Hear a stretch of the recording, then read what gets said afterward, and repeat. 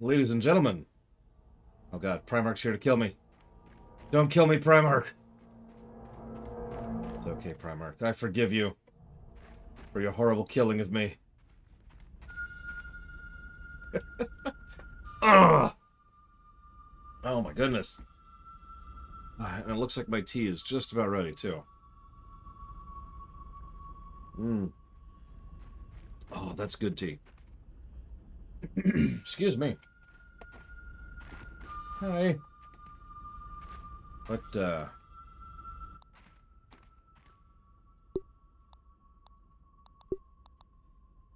Oh, that's the access badge.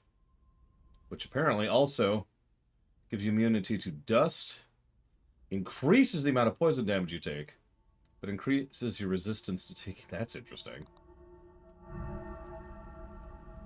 That's a weird one. Yeah, I was gonna say. That's... Huh. Okay, that's cool. Thank you. No, I got both of them on. At least I think I do. Yep, I do. Excuse me. Okay. Okay. Let's see if I can figure out what's going on in the Black Ant Lab. Then I'll see what everyone else has been up to surface side. So I still need access to room B, right? That's where I was last time. What do we have lurking around out here? Oh, it was in the pond! Oh, right. Didn't I encounter a freaking bombable spot? I think I did. I don't know what Patrick Jane is. Or why Patrick Jane is. Or even how Patrick Jane is. Fortunately, I have a really bad feeling I'm going to need to go all the way out of here.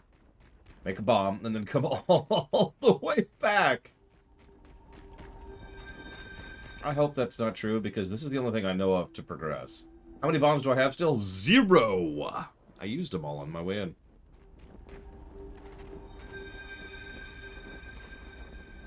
Does anybody have any bombs?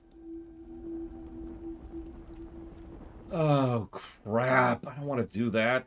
That's literally crossing the entire yard. Oh, okay, let me think about this. There's got to be a way I can do this.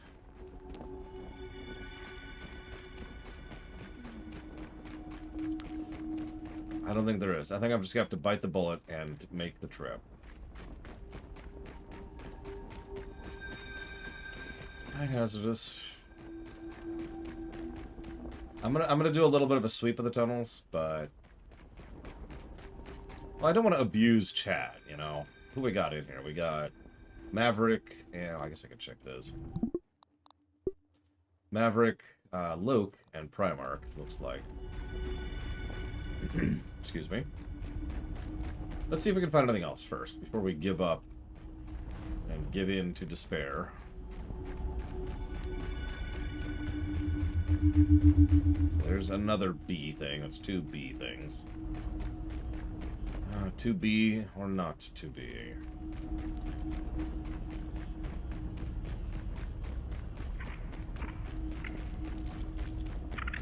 We've got Isaac Taft. Yeah, might as well.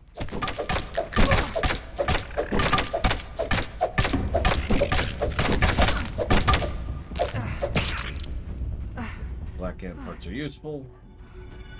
I can make some good gear, so... In fact, I think...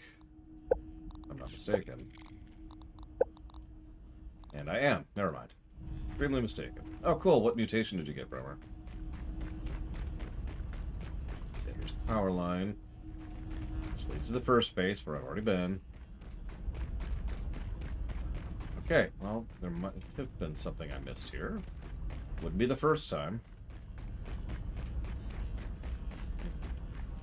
Extra ant damage. There's another B tunnel.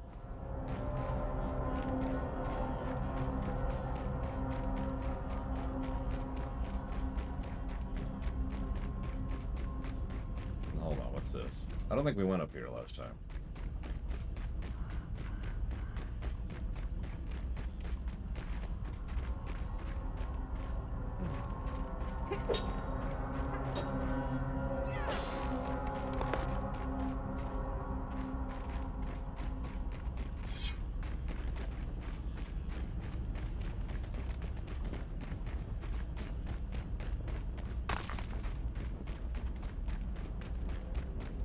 I mean, the score on the screen is pretty accurate, but it's probably going to go up from that.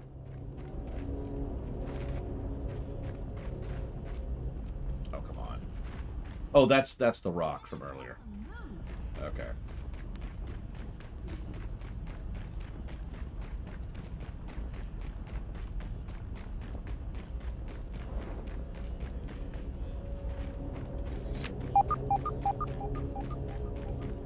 Wait, we've given a negative?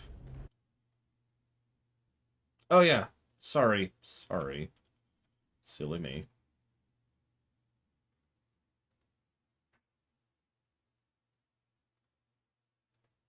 There we go. Now it's accurate.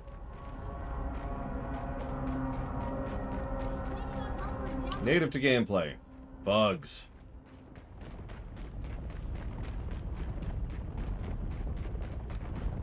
Yes, I know this is a Wendy's. I don't care. So this is, There's a lot of junk in this sandbox. Ah. Oh my god. Oh my god. There's burning damage for being on the sand in the sun.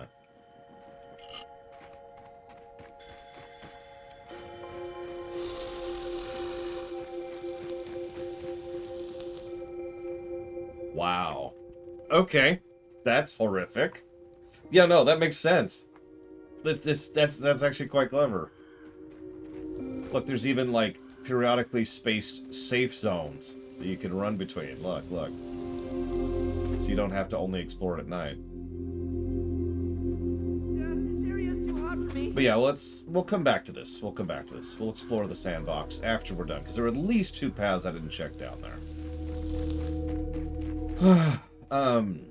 But no, the reason I brought up the bugs thing was kind of making fun of myself. As Hazardous has pointed out several times, it has been argued that it's unfair to judge a game that is clearly intended to be a bug game for having bugs. To use a parallel. Hello, Mr. Red. How was your first day of extremely intensive, horrific nightmare work, where you become a slave to society? Wage slave. Okay, so there's one side path. Leads to a brick of a wall. Well, that's useless. Alright, next. For 3 hours a week. I mean... Well, actually, you know, if I could get away financially with streaming for 3 hours a week and still be financially solvent, I don't think I would. I think I would rather actually stream more. I got stuff to do. I got games to cover. Okay, so that's the 2 side passages I knew about. Neither of them helped. Okay, that's not cool. Alright. Are you sure we went in here? I'm wrong, because there's a science thing I didn't get. Okay. Cool. Science! I got the science. Is this it? Yes, okay. Down we go. 3 hours a day? Nah, still too little. How about 12 hours a day?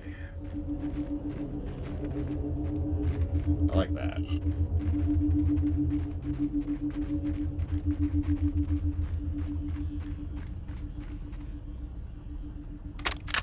I don't need this now. Abnormalities in the readings, unexpected power fluctuations, raw science run rampant. Don't forget incursions by local fauna. Mouthy robotic assistants. I'm so tired. All these new variables that need to be accounted for, they're ruining everything in my most desperate hour. It has all turned against me. Even as I walk around the backyard, I feel the walls of grass closing in on me, the tips of those green blades like daggers pointed at my heart. I see, no, I feel the unblinking, multifaceted eyes of the ants and spiders reflecting my misshapen visage, watching, always watching, and bearing witness to my failure. Perhaps it is time for me to lay down and admit defeat. Perhaps this is all the success that was meant for me. Perhaps use it is enough. Well, I'll definitely take the bomb, and that, and that, and that. But definitely the bomb. We now have a bomb. Oh, shoot. I know where this room is.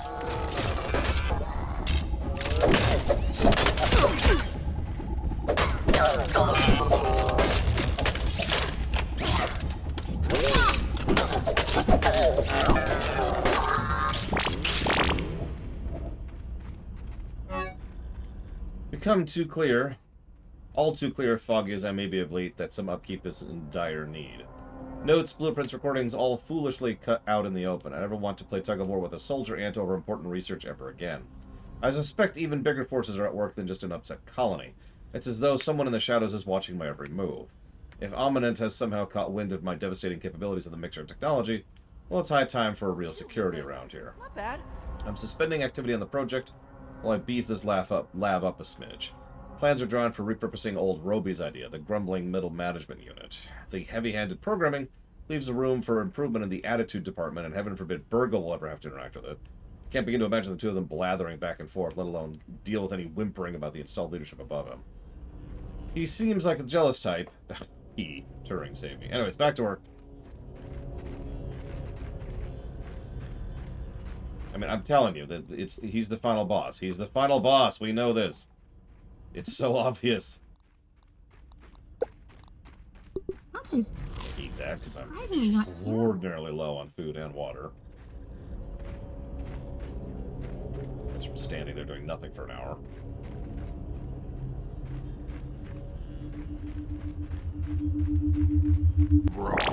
Science! Nothing like a little science, as I always say.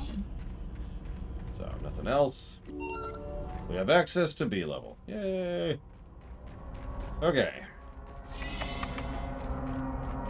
Oh, and if Gandalf joined forces with Saruman, that would absolutely be game, yes. Not only would that deprive the creeps from, you know, all the advantages and personnel and coordination and information, but it would it would add more resources and forces and etc. to the creeps. Did I seriously just go in a frickin' circle? Did I? No. I didn't.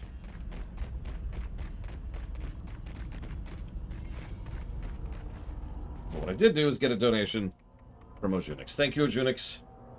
Very much, as always.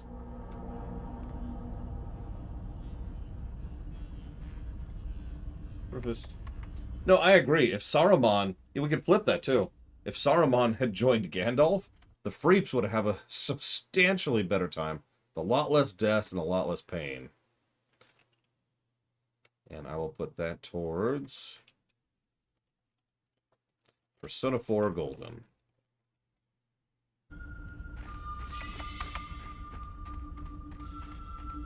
There's a bombable wall, which we have one bomb, which we're not using it. I sure hope so, Junix. Because if she didn't, I'll kill everyone. Starting with those Unix.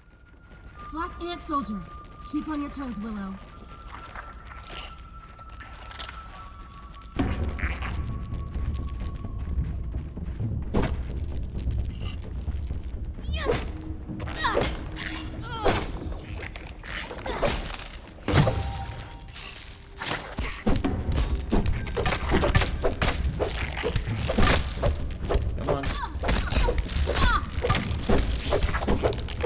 One thing, that new armor's doing its job, at least.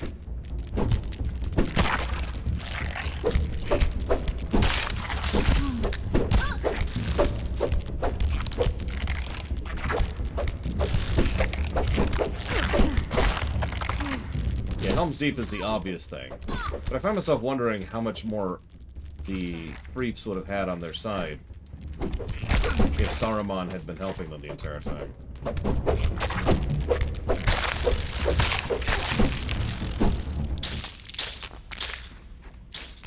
Ah, frickin' black soldiers. Ants. Black soldier ants. God damn it. And now it's going to get clipped completely out of context.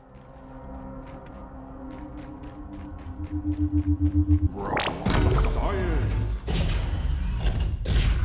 Why is that cracked? Do I want to know?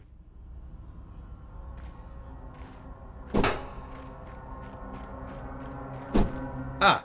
Well, we have one Bob. I'm assuming this is it, right? Before I throw this. I just want to be 100% on this.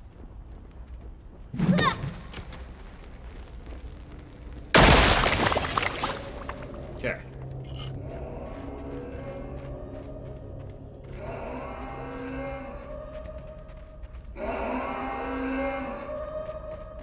Water filtration tablets needed.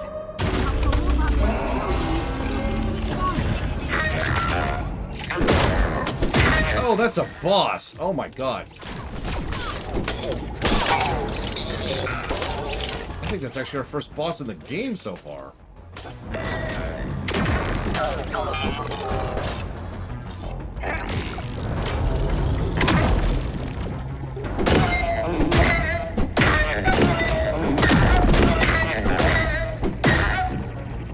I love the assistant manager badge, by the way.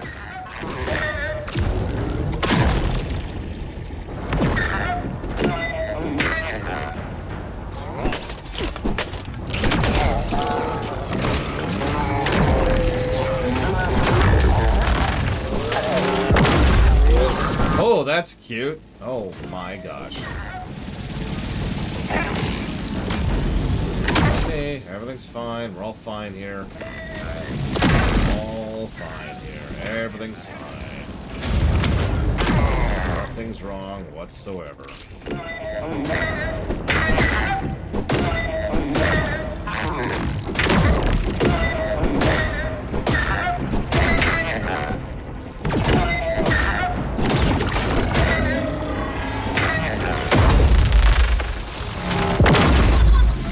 Oh, that hurts. That hurts a lot.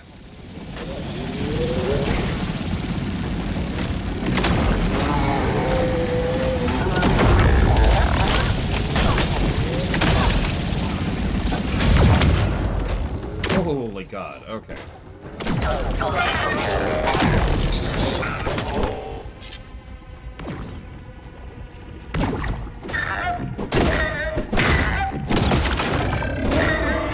Oh.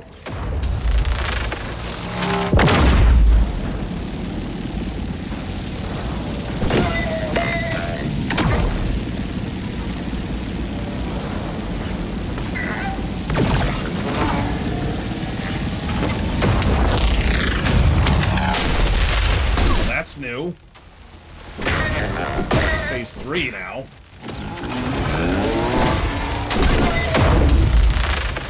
Alright, he's both at the same time, because of course he is.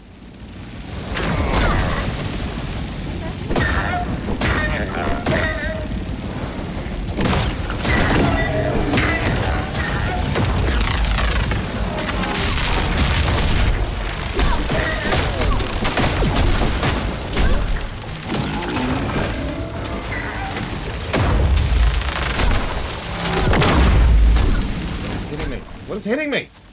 God damn it.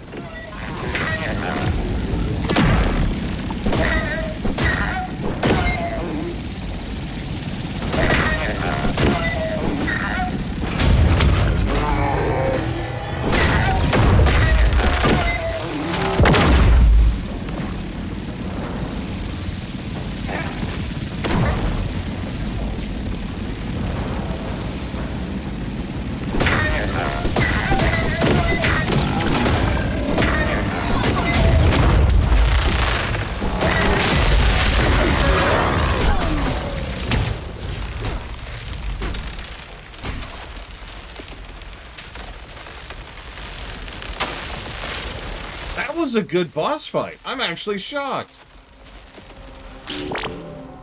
When was the last good boss fight Obsidian has put out? Jesus.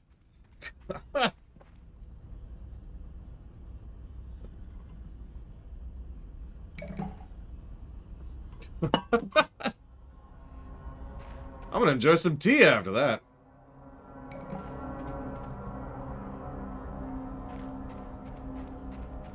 That was good. No, that was good. That's positive. Hell yeah. Mm.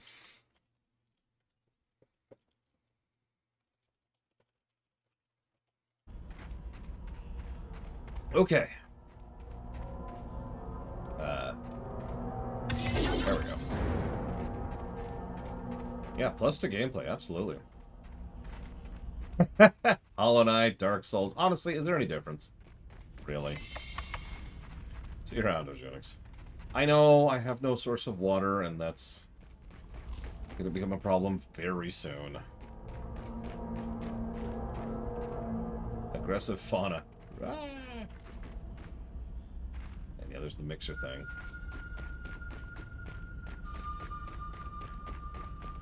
Yeah, a little bit of a hurry. I'm guessing that's the door that leads to the Mega Gun.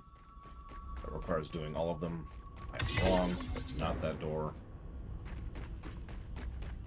I am out. I have run out of water. I have the classic human problem. Oops, sorry. That's stuck on your... Okay, maybe this is the one? Yeah, this is probably the Omega door. Okay. So... What are... Oh! Thank you.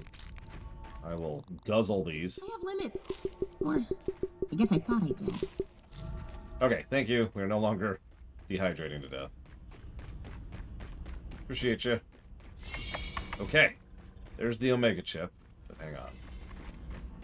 What else around here? The production of raw science concentrate has been, for better or worse, spread across the yard. Given the unseen hands that move against me, it seems that no precaution is too much. No suggestion from my paranoid psyche too preposterous. What a pathetic state of affairs. Overrun by an enraged ant colony, and here I stand, naked, to the unblinking eyes spying upon my every move. Layers of abandonment and failure, like a frumpy, naked failure onion. But who sheds a tear for us, Burgle? Is it the onlookers in the shadows? Is it whomever stumbles upon our toilings down here in the muck? This should please you all.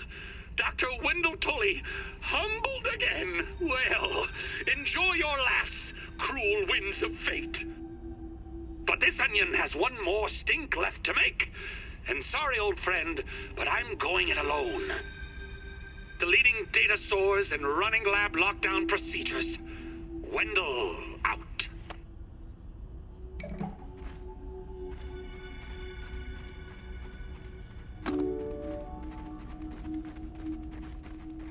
And there's the mixer machines. Whatever they're supposed to be in lore. Oh, I know, right, Ross? Funny you bring that up, because keeping water supply going is actually a huge hassle in Raft, at least early on. For those of you not familiar with the premise of Raft, you're on a raft in the ocean with nothing but water all around. It is quite easy to dehydrate to death in Raft, at least early on. Supposedly we'll reach a point where that's no longer true. We'll see. I've been enjoying Raft so far. I've only played it literally once. But I had a lot of fun with it for what we played. Take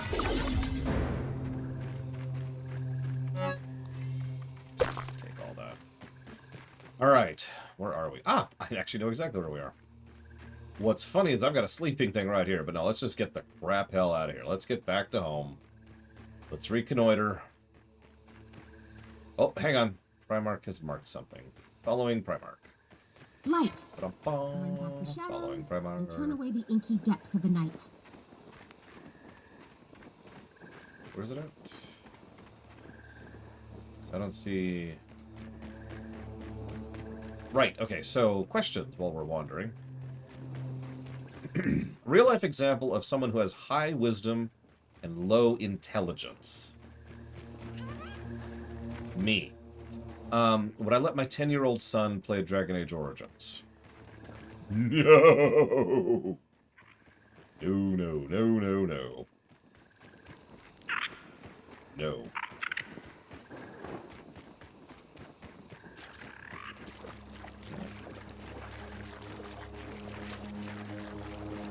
You? Jesus. Limits, you know? Limits. Why is it not showing up for me? Like, I see it on the map, but I don't see it in reality.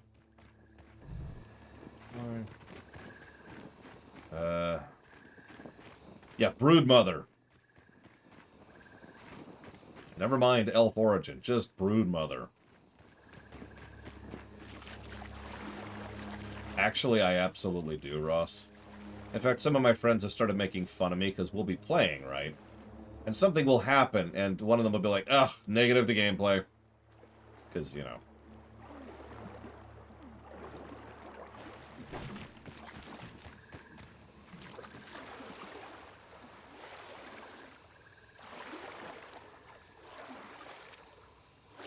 I can't really see where I'm going here. I literally can't see where I'm going. Hang on.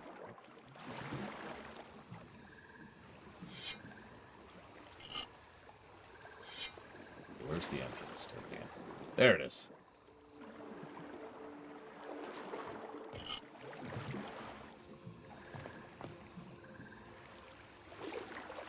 Can't. Oh, there we go. Can't swing while underwater. Good to know.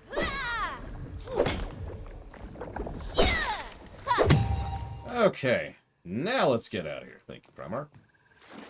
Feeling a little safer now.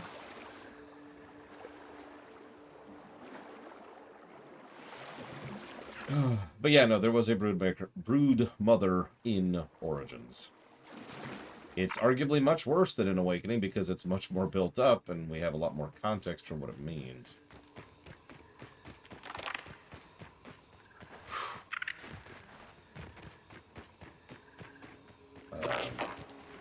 Okay.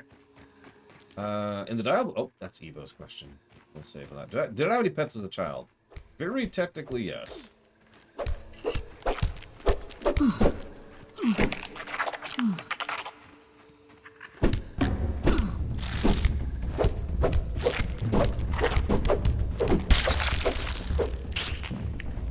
I mean, that's true, Crazy Horse. At some point, what I'm going to do... In fact, I'm going to say this out loud. Luke, I don't know if you're there. Maverick, I don't know if you were there. Type something in game, if you can hear me. Okay, Luke's there. Maverick's there. When I get back and get some stuff dumped off, we should totally go and try to fight the Broodmother. In all her nightmarish horror. Like, just raid group, right? Let's just get together, do a raid. Get it? A raid on the Broodmother. Listen, Maverick. God damn it. Okay, we lost Maverick. Alright. We need an item to summon her. I've got it. We'll send Maverick out as the sacrifice in order to summon her. And she'll come out and be like, what's this delicious thing? Nom, nom.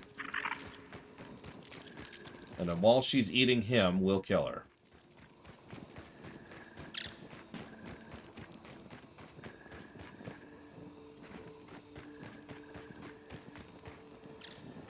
There's no mosquitoes near the base, but if you go pretty much straight west along the pond edge, there's a lot of mosquitoes over there. It's pretty much mosquito central. I've had to run through it every time I run back out here.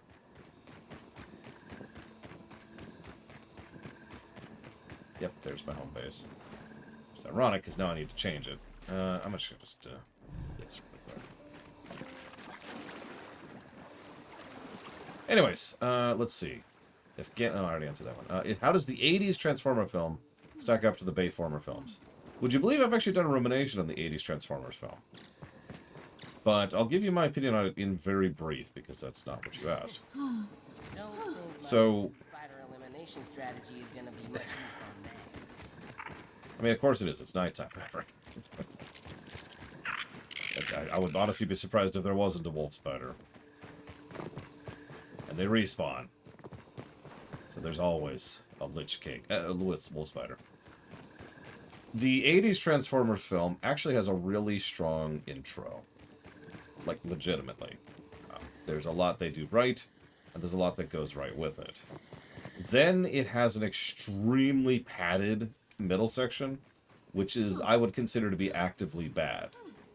Like, fully negative. Then, it has the outro, which is rushed and honestly pretty stupid. The reason I'm bringing all this up is because, in all honesty, I would probably put the 80s Transformers film overall No one likes a nosy neighbor. below 1 and 2 of the Bayformer films. It screws up so much of the percentage of the runtime. Don't mistake me, that intro is strong, and there's a reason it's stuck in people's minds for so long, even people like me, who don't really have any emotional attachment to Optimus Prime. It's still a well-done sequence. The rest of it... And that's my overall answer to that. Could a G1 Decepticon solo Medieval Earth? Yes. Favorite military leader in ancient history? Of course, I can never think of his damn name.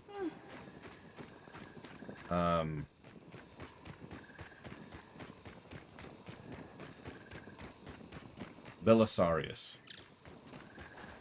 Never think of his damn name. It's Belisarius. He's actually my favorite military leader in general. Although, he's actually not BC. So, I just realized that doesn't track. So I have to pick someone from the BC era. Hey look, mosquitoes. Giant mosquito. Oh, we have a bag of water and some pennies.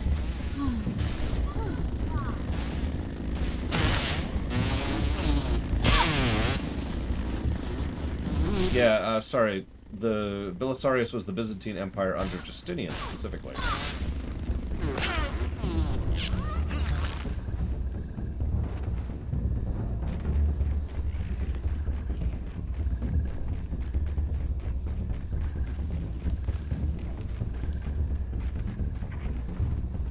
Well, I can't think of any leader from the BC era. So my answer is Bob! When I send him back in time. Which I will do tomorrow.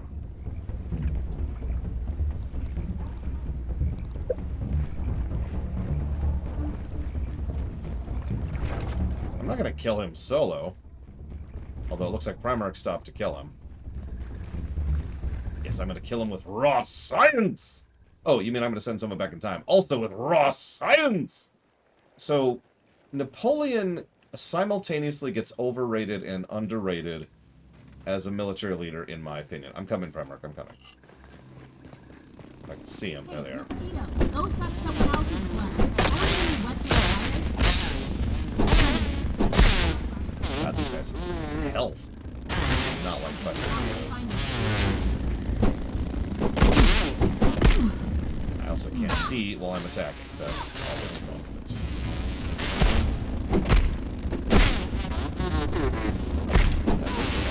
Damaged yet. Do not like. There's 4 of them now. We should probably bail. We should probably bail.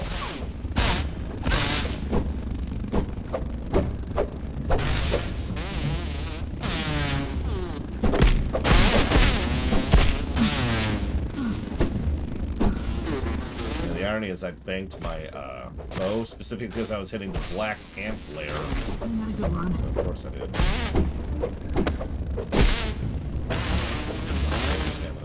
Get your stamina back.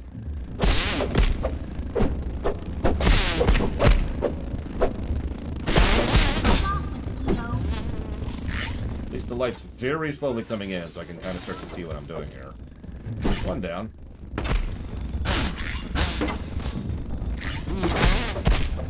No, exactly, Hazardous. I like how you understood me, without me having to clarify. That's exactly my point. Napoleon, when he was on the back foot, when he was just making do with what he had, was legitimately brilliant. Honestly, I think if you study the first coalition, the War of the First Coalition, is honestly probably Napoleon at his Napoleonist. Good job, everyone, by the way. Like, yeah, he was an artilleryman. He understood artillery better than a lot of people did at that era. And you know what else he understood? Logistics. Which I hate to hammer that point in, but it's funny to me. because it was somewhat unusual that military leaders in that era really understood logistics. You know why Moltke was so damned awesome? Logistics! Trains! Anyways, okay, so... I guess that's actually it. I'm gonna leave that there. Yes, I know I'm low on water, game. Alright, let's head back. Well, I'm gonna head back. You guys can do whatever. But okay, so you said we want to kill a wolf spider. So, new plan. Instead of all of us working together to kill the queen, why don't we try to take down a wolf spider? All 4 of us. How's that sound? Get some stuff for Primarch set. So, let me head back, reconnoiter and everything. I'm very low on water, and my inventory's full, and I need to pull some things out. I can also drop one of the turrets. That's actually a good idea.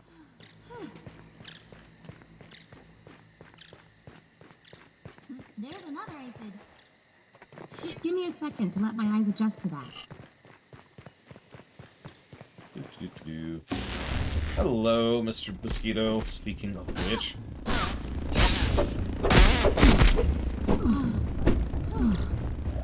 Just wait a second. There we go. That was a long delay.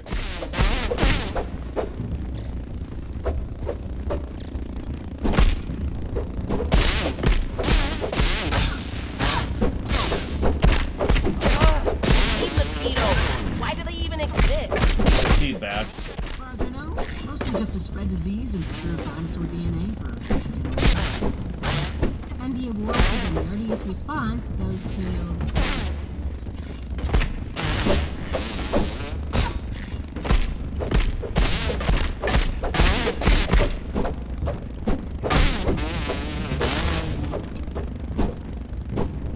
I actually have a theory that the raw science around here is literally making all the insects far more aggressive than they normally would be.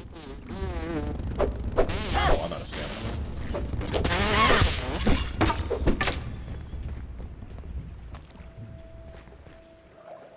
Okay.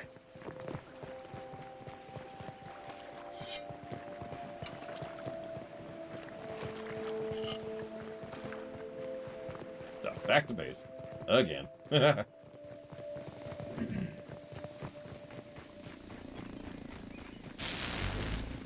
God dang it. Well, whatever. We need mosquito parts. Dying of fire. See what I'm fighting this time.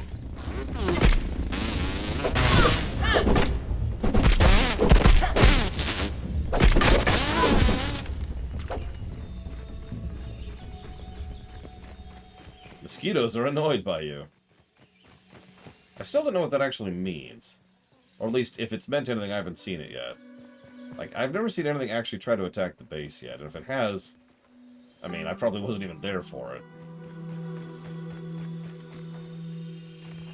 I've actually played a decent amount of Valheim.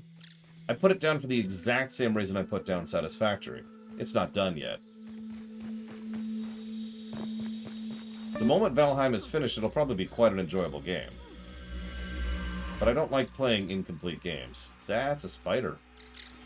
That's not a wolf. Oh my god, it's coming right for me. It is literally coming right for me. Those aphids look like they have things to do and people to see. Hello, little spider. Don't mind me, little spider.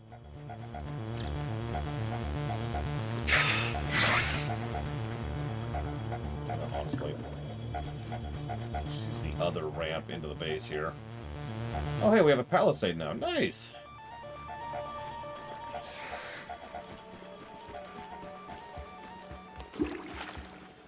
And you finished the room. Double nice. I love that palisade, though.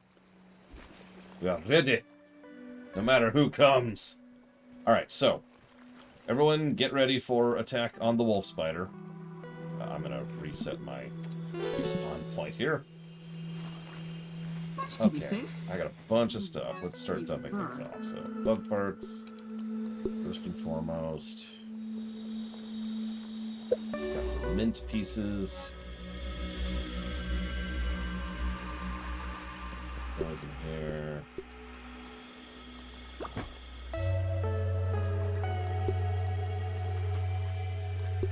feathers. I'm going to put some spicy arrows in the gear thing for anybody who wants them. So I just don't do that at this point. And some arrows.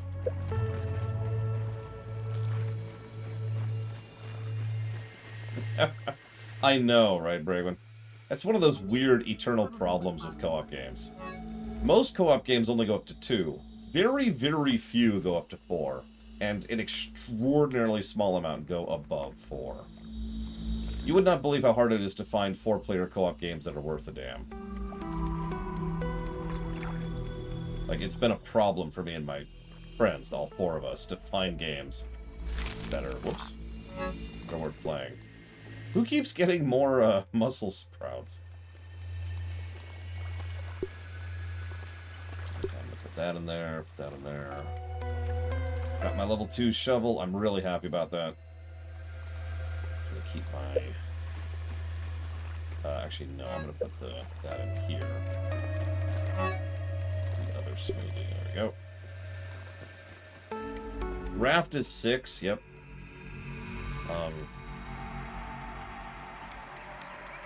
That's not something I said, Sluggeretta.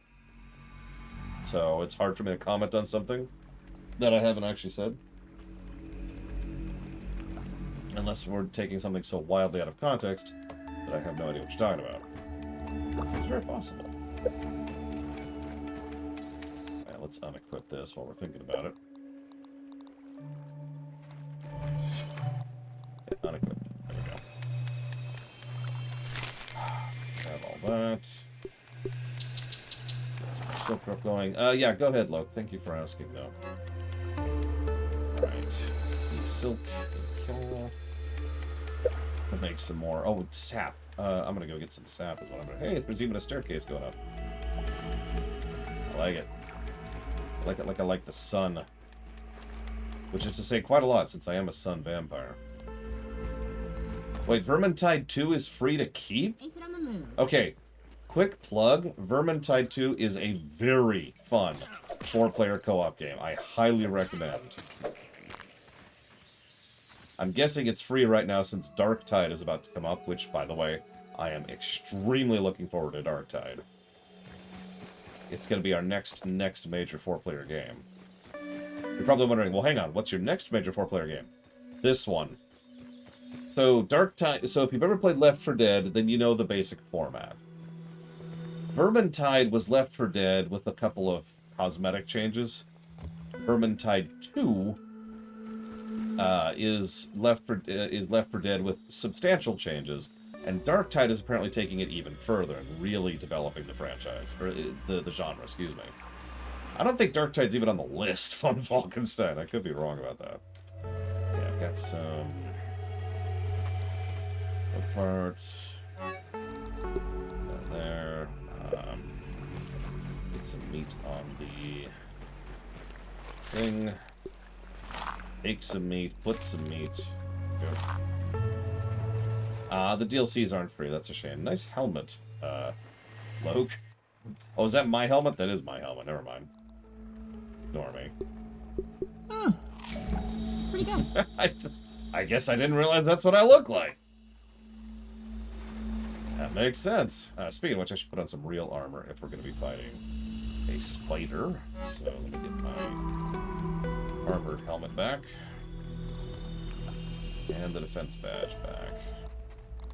Swap that. Hope this is enough to keep me safe. Swap that.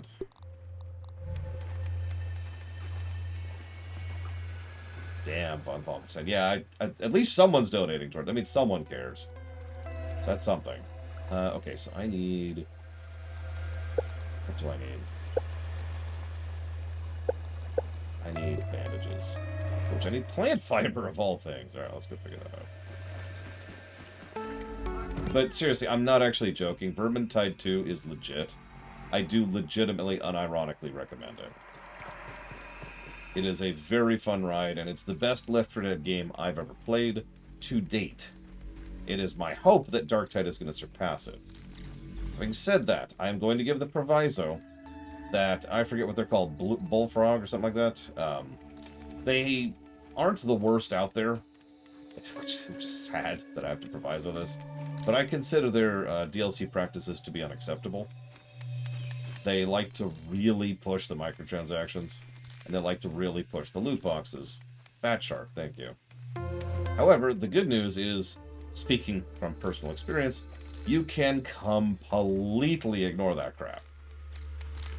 The gear you get in-game is more than acceptable for everything other than end-game grinding. And honestly, end-game grinding, you can go straight to hell because it's not even fun. So if you just want to have a game to play with your friends and have fun with it, more than acceptable to just buy the game and have fun with it. Excuse me. So, yeah, that's what I thought.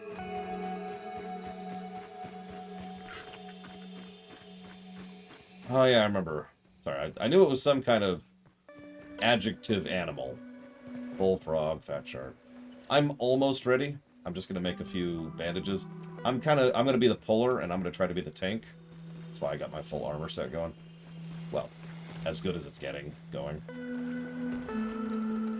So I'm gonna make one of these, and I've already got my smoothies.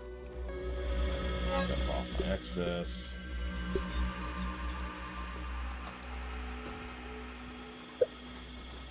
Get some food cooking.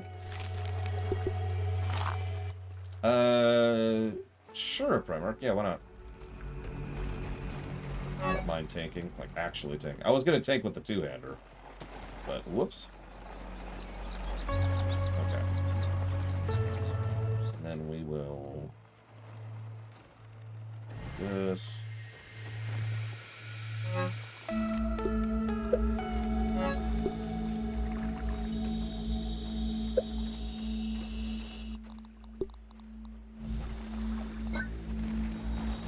I mean, if there's a mosquito sword that heals on hit, sure. My one-hander actually kind of sucks right now, so... I cannot stab while blocking, no. Gotcha, Sluggeretta. Well...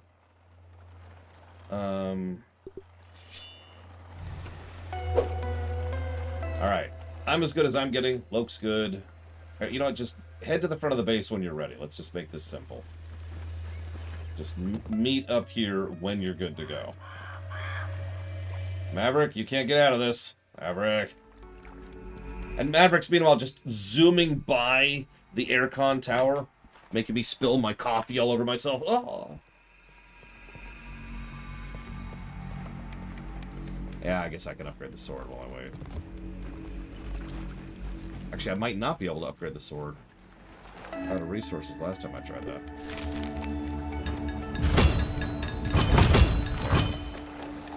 Sword get. Let's do this. Maverick! Maverick!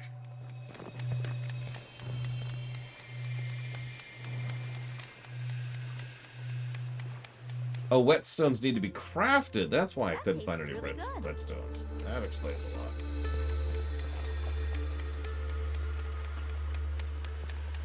Wow, I'm up to the point of getting multiple spam texts a day about voting. You know, I know it doesn't work this way, but I wish I could send a message in saying, hey, I already voted, doofuses. Or something similar, you know? You know, hang on, just for no reason. Let's get a save. That is a big spider. Well, I don't think I'm high enough level to take on such a foe. Come here, Spidey. Look at me. Look at me. Look at me.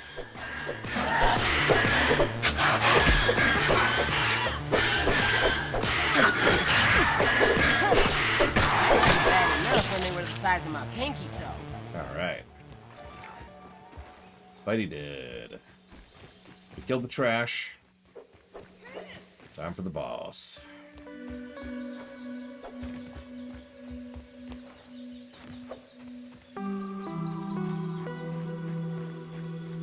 I know there's two. I'm hopeful I can only pull one, but we'll see what happens. And I'm about to see if I can... So where's the other one? Meals on wheels.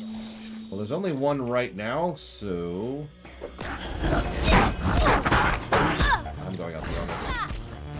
That's okay. I'll figure it out. I'll figure it out. Spider elimination strategy is gonna be much Oh, yeah. Don't think my go-to spider elimination strategy is gonna be much use on that. Okay. May or may not have freaked out a little bit there during the initial fleeing. Got aggro.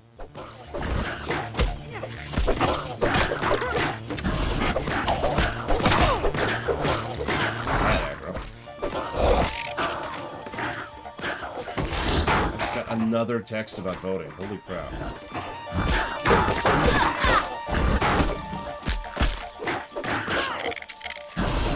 I can heal while shielding. That's interesting.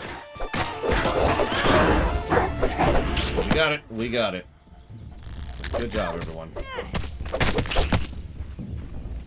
But, yeah, that poison. Whew! This is the... Oh, God, I actually forget what they're called. It's the 2-year one, aka the one that technically matters more than the 4-year one. Voting for senators, representatives, governors in some cases. Stuff like that. But good job, everyone. I'm getting the hell out of here. Bye. Wait, actually. Yep, no, I'm getting the hell out of here. No, it's okay. I'm getting more potions. I'm getting more potions is what I'm doing. Give me one sec. Give me 1 sec. Because I went in through a bunch of potions. In fact, I'm just going to make just 2 of those. Damn. Okay. Well, I've got a couple more potions. Literally 2. Coming back for the other one. Oh, I see him. I see him. I'm coming. I'm coming. Yeah, actually, I would think it would be cool if the apex predator type creatures never respawned, like wolf spiders. But not bad. I hope no one's afraid of spiders because that is a big one. I know the downside of that is, you know, we only have limited resources for them. But still, I would be okay with that if killing them meant they stayed gone.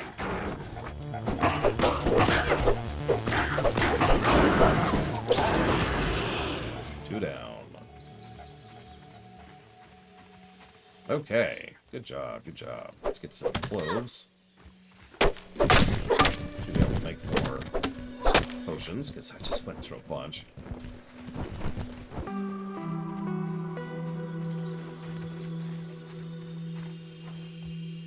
Come on.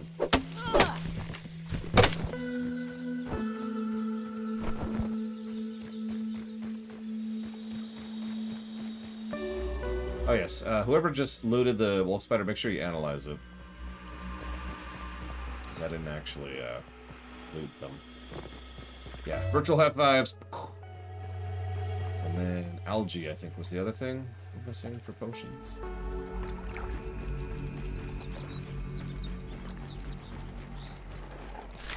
There's another aphid. Yep, that's extraordinarily easy.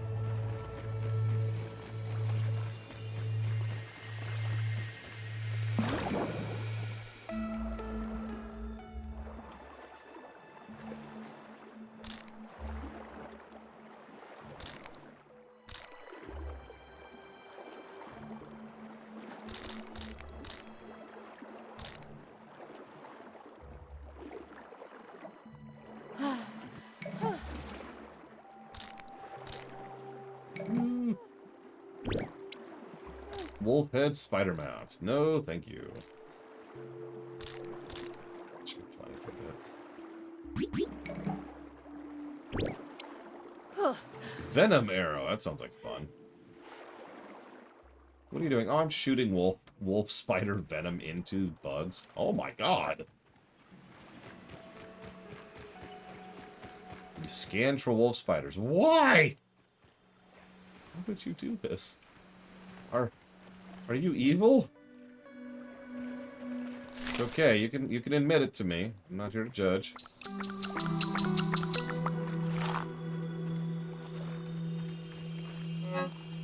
I mean, I do like exterminating things. Putting the arrows in here.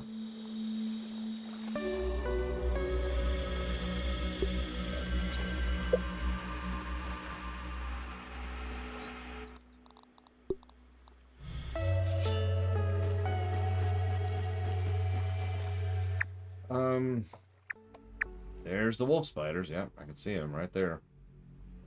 There's apparently one right there, too.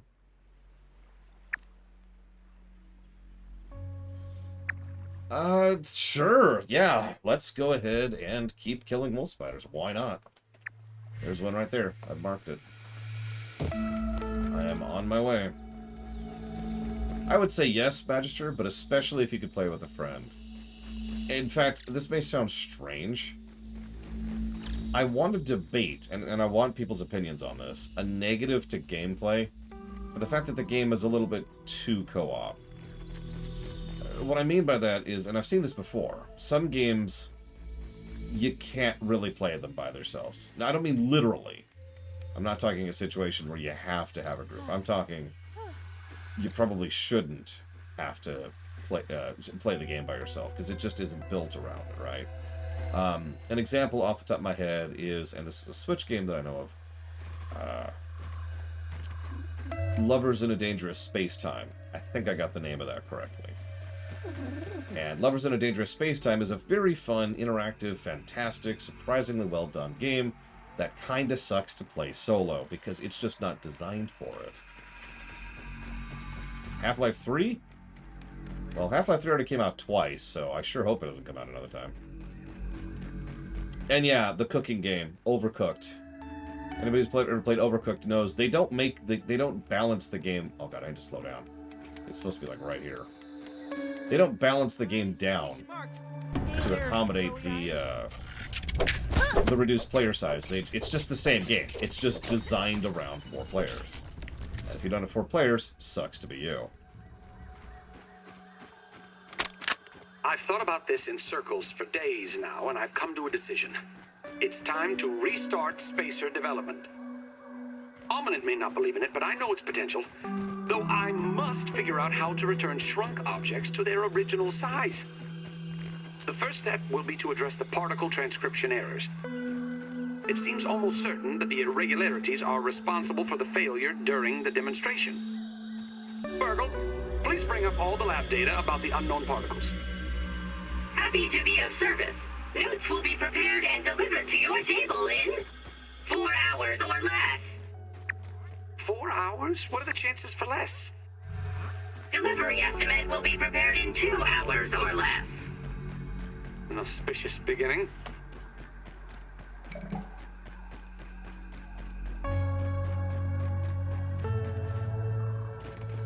Where's it at? The brave adventurer strode forth, approaching the mouth of the foreboding cave. I hear it. Forms waited within. Do we have people?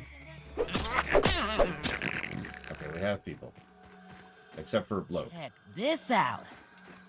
Totally safe, not at all sketchy, hole in the ground. Seems right up your alley. You know me so well.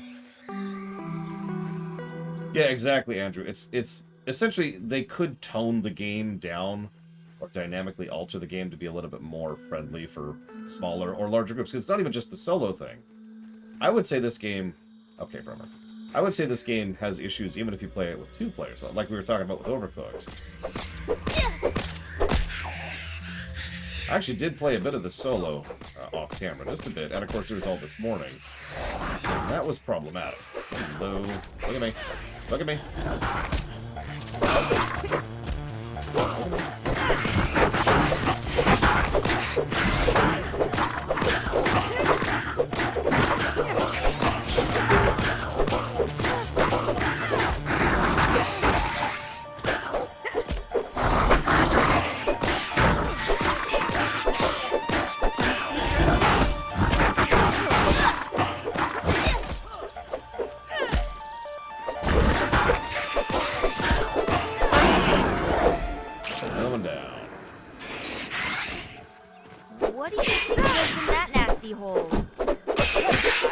Spiders are native to this area. They probably live in holes just like this. Next. Let's see. Where's our map? So there should be one over here, too. Is that going to be also down?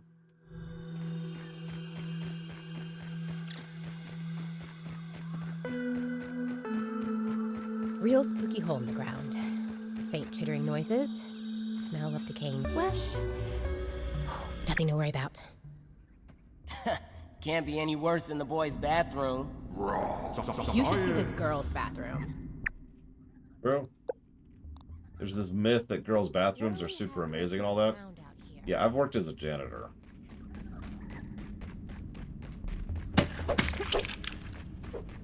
Yeah, it looks like this is a no.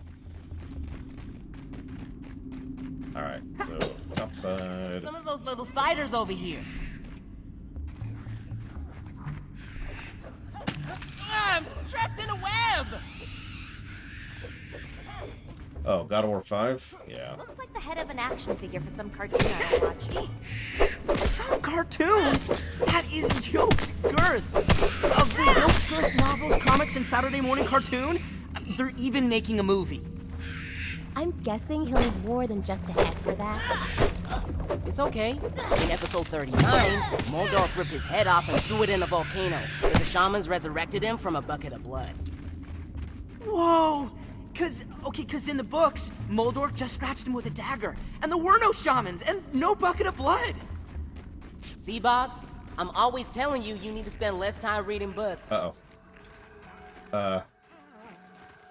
No! Shoot, where were you? Where'd you die? Oh, never mind. It's right here. It's right here.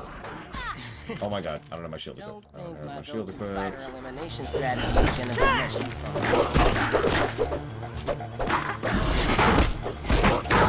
my go-to spider elimination strategy is gonna be much use on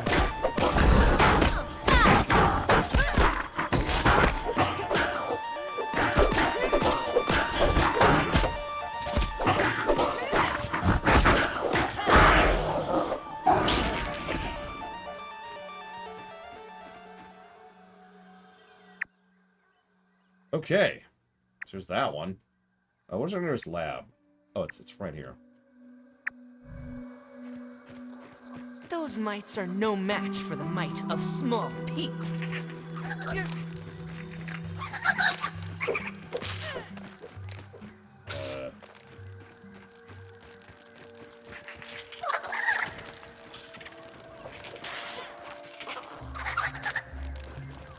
It's on the other side of this frickin' log. Yeah. Let me over. Oh my god. You know, if I could fly. Wow, this is actually ridiculous how long this log is going on. Okay. So.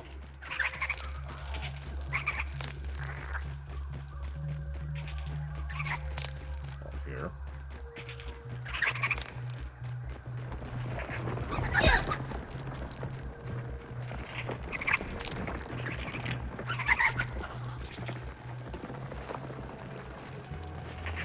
Maybe that's bad, Latario.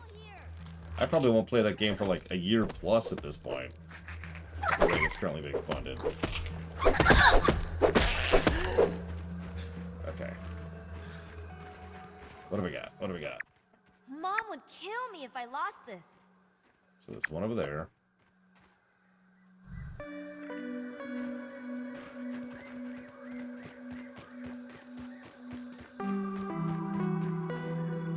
Yeah, I've pretty much consigned myself to the fact that I'm probably going to know about the plot before I ever play the game, whether I want to or not. Okay, do I have people with me? I have people with me. We do not... see, you can't give the "we don't stand alone" speech if you're alone. You know, it doesn't work. Oh, I remember this one. It's the guy who sleeps under the leaves. I remember you. Don't even need to boil it. Don't think my go-to spider elimination strategy is gonna be much use on that. Peekaboo.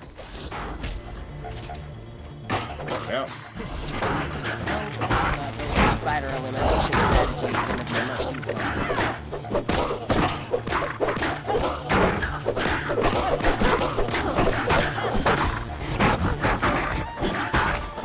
Honestly, I really don't think so. It's alright.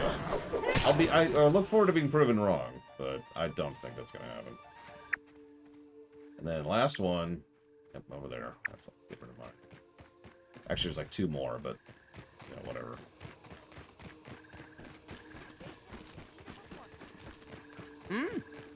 salt. Any food on me? I know I'm a picky eater, but still.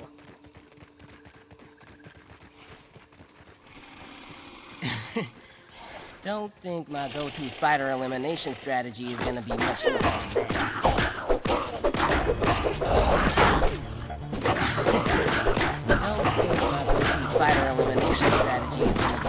Hang on, what's your go-to elimination spider? Will it work on this? This is all very important stuff. The biggest positive I can give the Battlestar Galactica 2004 show? Water. Okay, so we got that. We got there's one at the edge of the haze. I actually know the one at the edge of the haze. Do we want to get the one at the edge of the haze? Ask her. I know where it is. I've actually fought it and everything. And died to it, so hang on. I'm not sure we can reach it from this side, though. 38 minutes is the other big one. 38 minutes and water. Those are the two big ones. Honestly, I was into that show, and then just kind of get pushed further out the longer the show went on. More and more and more and more things kept happening that made me not want to keep watching it. Big red thing. Must be a mite.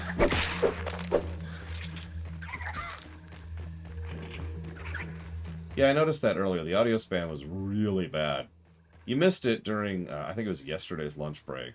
But there was this one, someone was hunting gnats, and it was just, this gnat is more annoying than my little brother. This gnat is more annoying than my little brother. This gnat is more annoying than my, and just over and over and over and over again. It was ridiculous.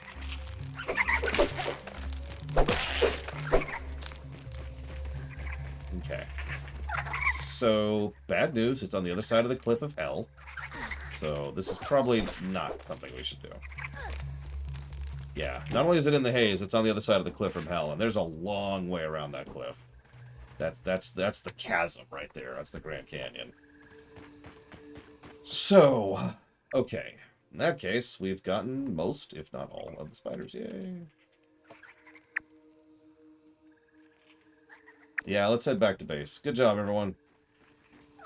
Fears are on me.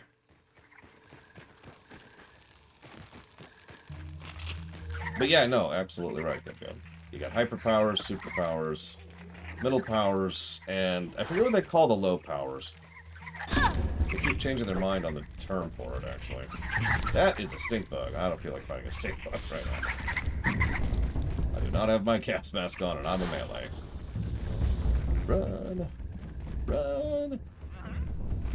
Well, yeah, there's minor powers, and then, so I was, you're right, excuse me, thank you, Andrew. Then there's city-states where you go down even further. And there's technically stuff below city-states, but at that point, why keep track?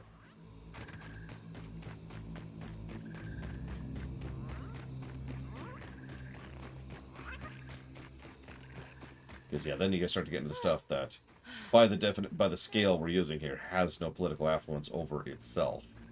But anyways, Dynamite. let's see here.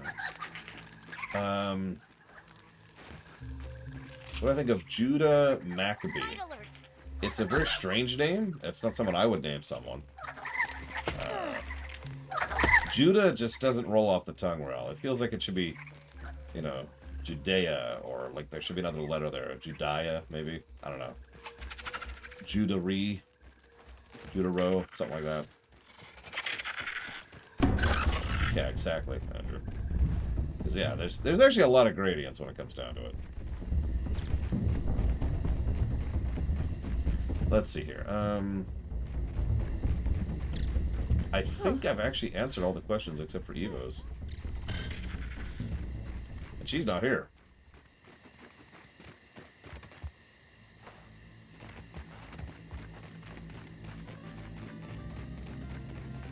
One long schnoz built for sniffing.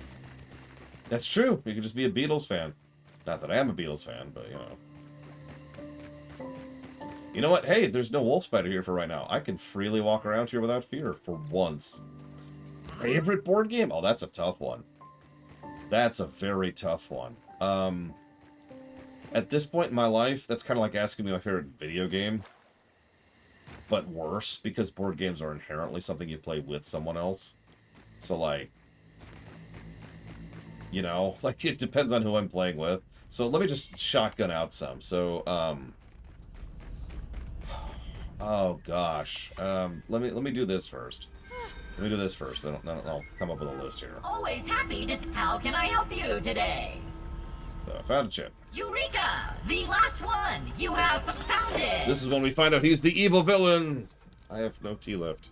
It is finally time that we can complete the embiggening cocktail recipe. Hand over the super chip, and we can get you home. Processing.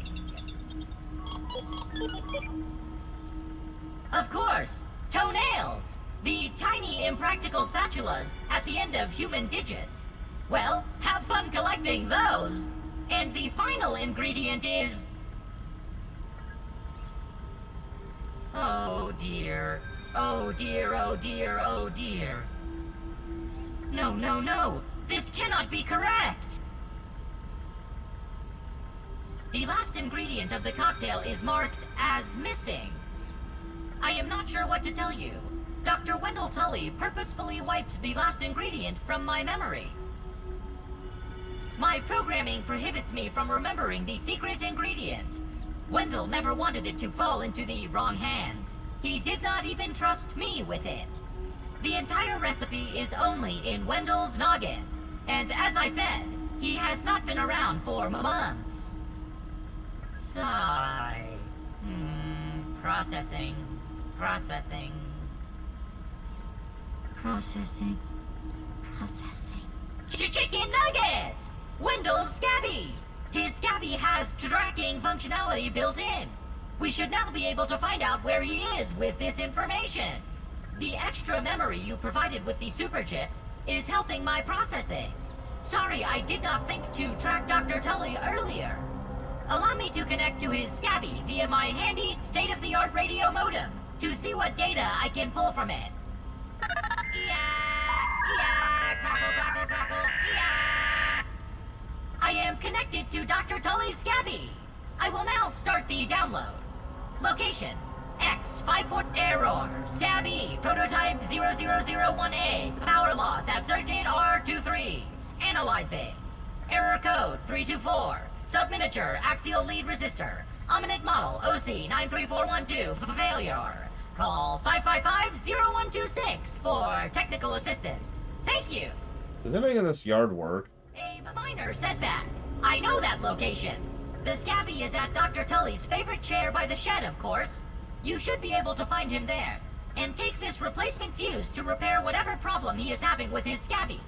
He should be able to help you out with the embiggen cocktail. Good luck! I believe in you! Have an exponentially great evening! Well, we knew we'd be going up there at some point, because it's the only place we haven't been to now. Well, we also haven't been to the sand area. But yeah, time to head up here-ish, looks like. Because, yeah, we've kind of not done anything on the northern part of the yard. And we've kind of swept the southern part of the yard. Other than the, fortune pig. Let's see if we got anything new here.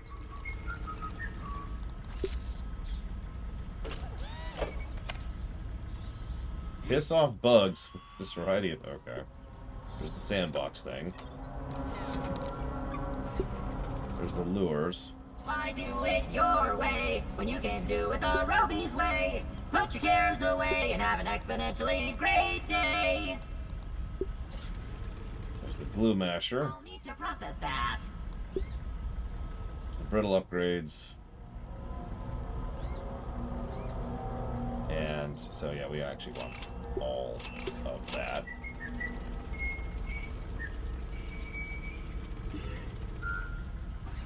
Alright, see you around, Maverick. You finished all your work on the Palisade, though, right? Hey, Bragwin, you still there? Because if you are, you should totally join us. You don't have to. You don't have to. It's an invitation.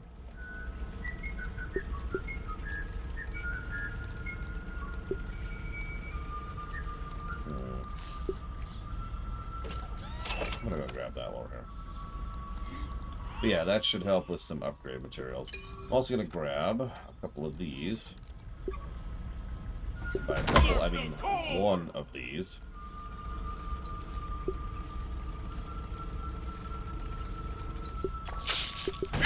Wall time!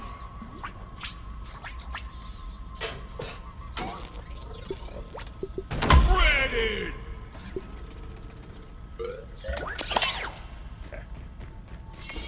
So, Crazy Norse asked a question I was going to ask. Nobody spoil, but for those of you in chat who do not know, do you think we're going to run into some kind of horrific abomination in the shed? Or a corpse? Light. Burn back the shadows and turn away the inky depths of the night. It is really dark in here. Holy crap. Is there anything actually worth looting in here? Some sap. I'll go ahead and grab that one here.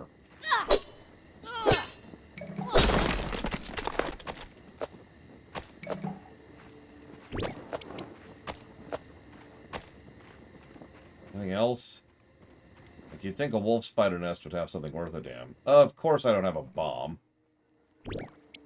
Oh, whatever.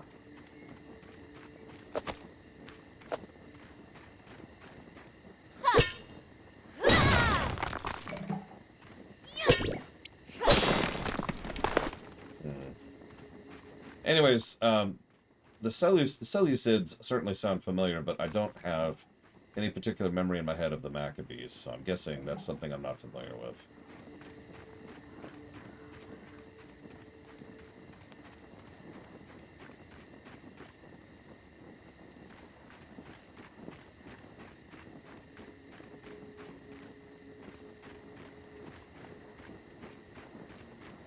You can also find a crazy naked half raisin person, which, I mean, I think that's it. It's really hard to see in here, but other than the bombable wall, that appears to be it.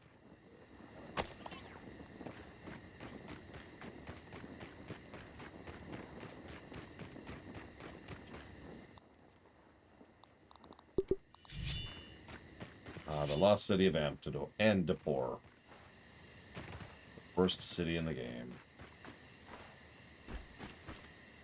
I actually don't know what this game is rated, but then again, a lot of games are rated weird things.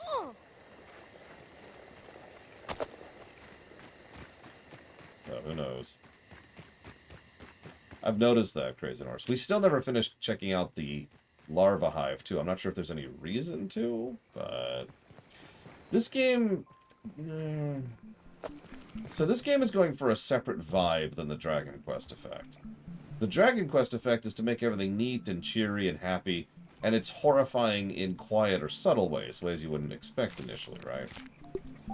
This is more like it's trying to de-horrify the game. Trying to deliberately make the game less horrifying than it actually is by presenting it in a different light. This is more like a Yakuza than it is a Dragon Quest.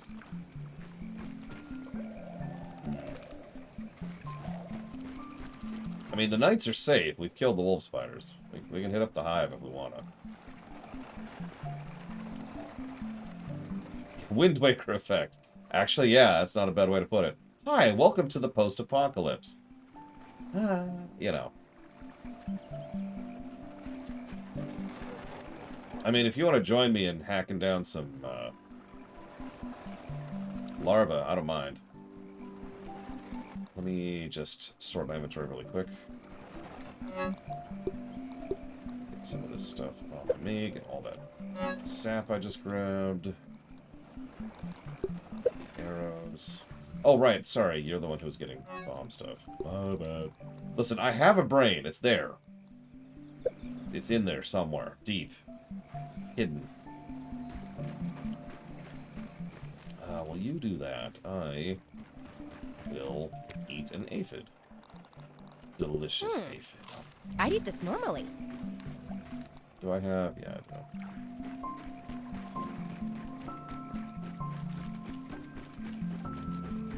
That's true. My brain is a lot smaller than usual right now. It's okay, though. Everything's getting wrinkled because of the raisin effect. So I'm getting a lot of wrinkles in my brain. It feels like we're on approach to the final dungeon. But we'll see. How would I make DLC for this? Easy. Well, okay, no, it would be... Okay, so hang on. There's two types of DLC. Crappy DLC, there's great DLC. So how do you make crappy DLC for this? So I'm thinking cosmetics, different voice actor lines, maybe play as a different kid who doesn't play differently at all, but, you know, they look different. Maybe there's, like, something to have big head mode. Resource bundles that you can buy to just start off with tons of rare resources, you know. Add some conversation, you know, all kinds of crud like that, which is honestly kind of a waste of everything. But if you want some good DLC, wow. New yard.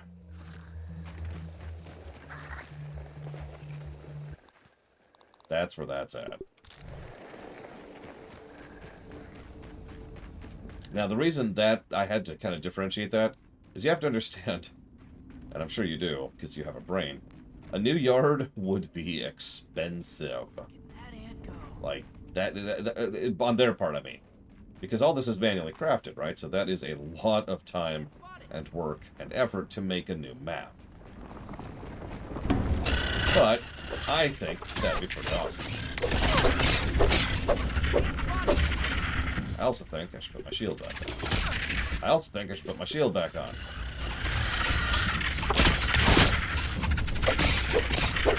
So many larvas. So many larvas.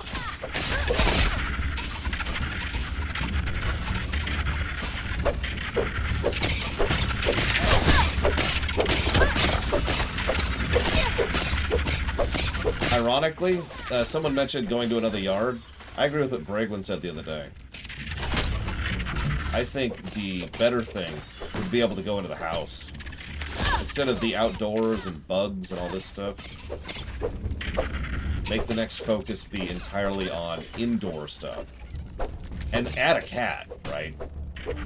Like, make the cat one of the apex predators of the house, you know?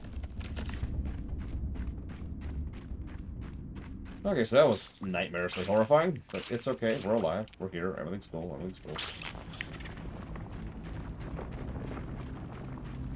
And yeah, mice. Get some mice in there. Oh no, you don't hurt the cat because you can't. It'd be like killing that bird in this game. On this map, rather. It's not on the table. That's not happening. Yeah, exactly, Leonard. That's exactly right. In other words, you're not supposed to fight the cat. You're supposed to avoid the cat. Or distract the cat.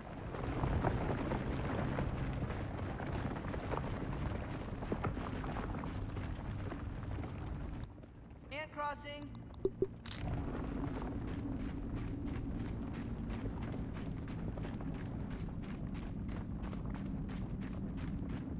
Oh, well. Okay. Is that it? Is it just a giant thing filled with... Is this just all there is? Is just larvae? I mean, I got a bunch of larvas, but, you know.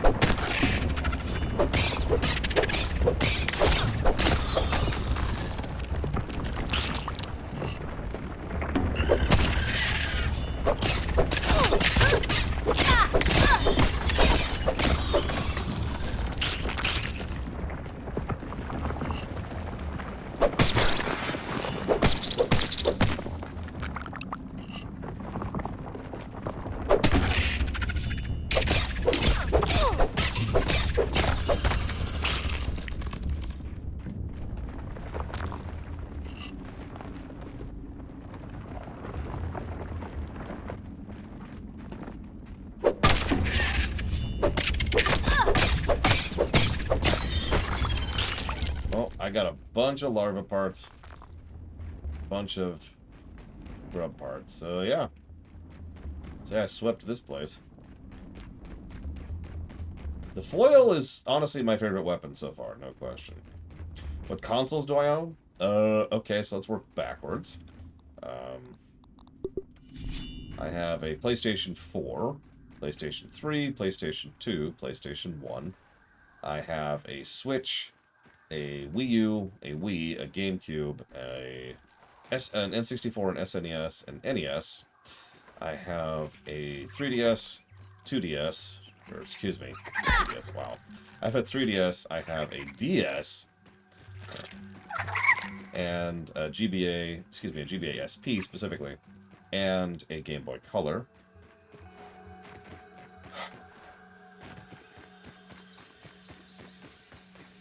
And I think that's actually it.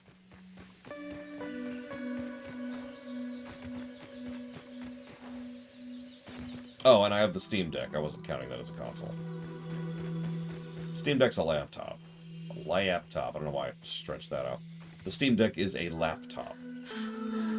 It's a nice laptop.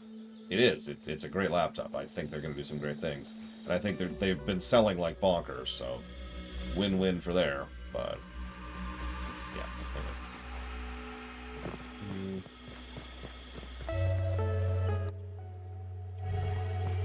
Do I recommend the Steam Deck at its current price? Depends on what you're going to use it for.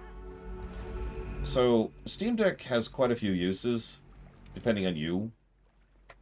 For me, the great use of a Steam Deck is emulation. That is its primary purpose, and frankly, I probably wouldn't have even bought one, if not for that. However, if you're into emulation, if you want to be able to play emulated games and classic games for the next 10, 20 years on a very modular, well-constructed deck, it is fantastic for that. I've already got a lot of things set up, and it is awesome. Just tons of pluses for me. If you want to play games that are controller-y, but don't have either on the go, or because you don't own a laptop, or because you don't own a PC, then it is still very awesome for that. So, if you want to play like all the Mega Mans are on the Steam Deck and play wonderfully.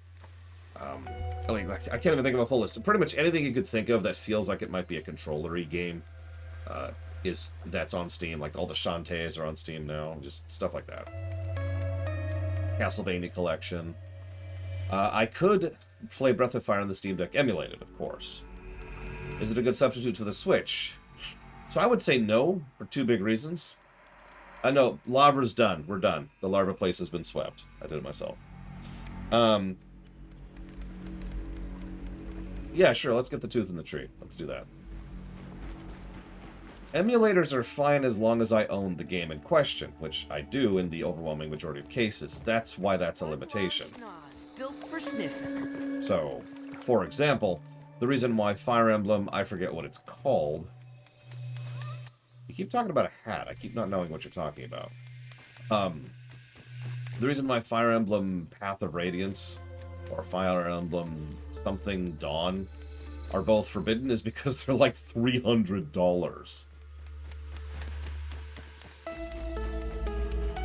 You know? Like, I own the GBA Fire Emblem. I've got it right over there. So I don't really have any problems emulating it for the sake of streaming it.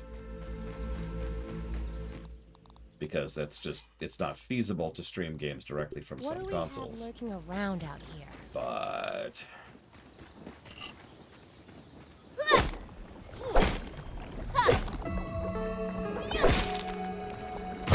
Wong. No, Crazy Horse, no. You're a horse now. That's how much I'm against that idea. Are Mario Makers eligible for review? I'm gonna say no. And I know that's a strange statement because you may or may not know this, Ross, but we actually did review Mario Maker 2, and that's why I'm gonna say no. There was extraordinarily little interest from anybody about that stream. And the problem is level design is a very time-consuming process. Really sitting and then designing and then polishing and then testing and then polishing and then testing is an arduous thing to do. Now, I don't mind that. I actually find level design fascinating, and I enjoy the Mario Makers extensively. But it was a really boring stream. And like I said, very little interest from people. So I'm just going to go ahead and say no to that. So, Bragwin, first of all, you can join us if you want to. We have a slot. Second of all, the big ones, like the one I just got, that's group-wide. The other ones you have to go and select, but you get credit for the ones I find. Okay, what am I doing? Dropping off resources I just got. That's what I'm doing.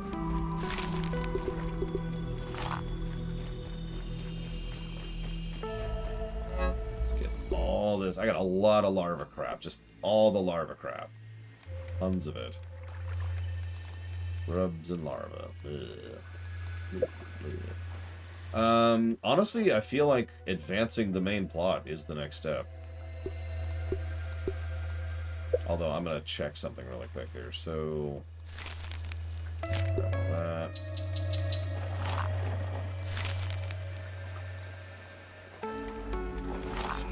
No, what am I too hard to though. So I noticed the next upgrade is when we could start to actually do things like change damage type. For example, we can do sour damage, salty damage, spicy damage, and fresh damage. That's interesting. Or we could just do more damage. I don't know what any of that means, of course. So I'm guessing frost, fire. I don't know what, and I don't know what. All of those take different things, too. Which is interesting. This can increase defense or add poison damage.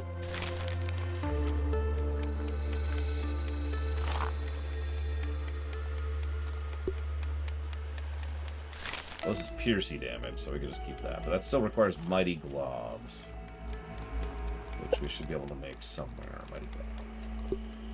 Oh, we actually can make several of those. With sturdy whetstones, which we can make with sturdy quartzite shards. Okay.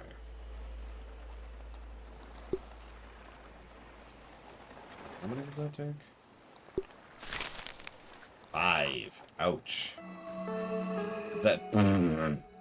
Sure, Gum. Let's get rid of... Even I, who has brought Star Trek down tremendously, wouldn't get rid of warp travel. That's insanity.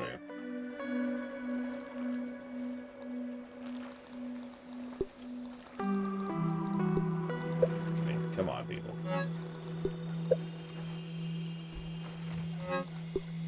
Like, I wanted to get rid of the transporters completely, and I was argued down from that. I still wouldn't get rid of warp travel. Okay, so let's make sure I have food. Yeah, you know what? Let's check out the sandbox. Why not? Just have to remember how to get there. That's I'm not just so gonna bad. start heading out now. I think I can make a good show without warp travel. I assume you mean a sci-fi show, to which the answer is absolutely. I mean, you've seen The Expanse, right? Yes, I know what you're about to bring up. I'll stand by it. I've been under the lip picnic table, but I didn't really 100% it, so sure, we'll do that.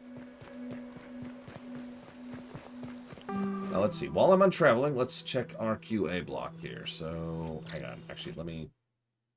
Hang on just a second. Delete all the questions I have answered.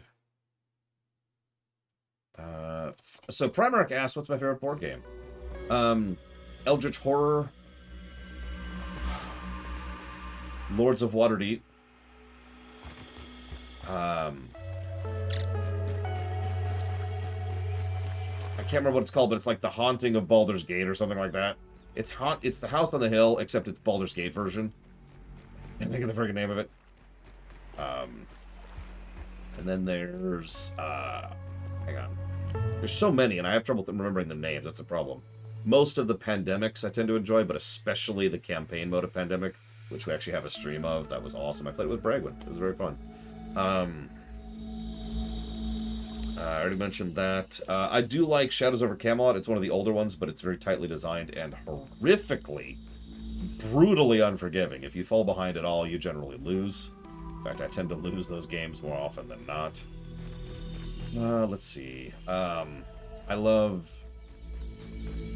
Forbidden Desert more than Forbidden Island. Forbidden Desert is a better version of it. Let's see, what else? gonna stop running because I'm gonna have mosquito problems in a minute. There's a lot. There's so many board games I love to play. I'm a big board game file, and I don't get to do much with it, to be completely honest with you. I have not played the new Dune board game yet, no.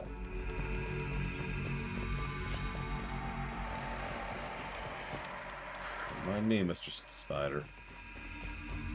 Killed all your big brothers, so piss off. Oh. Scientists make this look harder than it is. I have played Plague Inc. I found it a little bit dull, to be completely honest with you. That's unkind. I found it to be simple, which was fine, but then I was done with it, so I kind of stopped. I have played a little bit of Terraforming Mars, yes. Now, I can tell you some board games I actively hate, but rather than go down the list and just piss everyone off, I'm just going to tell you the board game I hate the most. You ready for this? Risk.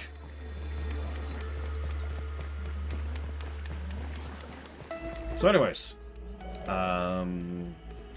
is the Klingon Empire more of a paper tiger is probably what you meant, of its former self? We never actually see the Klingon Empire at its height. We just get inferences of it being at its height. However, I do absolutely think the Klingon Empire at its current state is a paper tiger. Don't mistake me, it can do some serious damage in a short period of time, but it takes very unique circumstance to really bring the Klingon Empire to bear. The Dominion War is one of the rare examples of that, but even in that case, it's worth noting that it still took quite a bit of finagling to get the Klingons in the fight. So...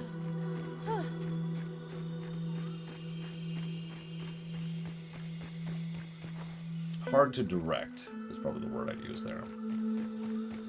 Let's see. There's the Dragon Quest game. Have I ever heard of Psyche 16 NASA mission? No, I have not. How would I make deals for this game? Already answered. How do I like the foil? It's awesome. What consoles? Answered that. Would I agree the truest rival to the Federation is the Romulan? Oh my god! Watch out, it can burrow. Just pretend it's beef jerky. I got a thing. Mithridatism.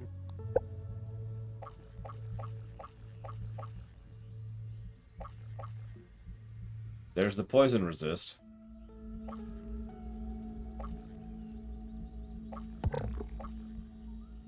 Which I think I'm actually going to turn on. Well, it's not just that, Crazy Norse. Part of the problem is the Klingons have a bit of the Krogan problem.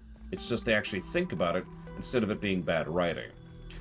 What I mean by that is the Klingons are better fighters on ground, but this is a space setting. So in boarding actions, the Klingons are pretty legit. And in... hello. And in, like, ground battles, you know, when they're actually ground-bound, yeah, sure.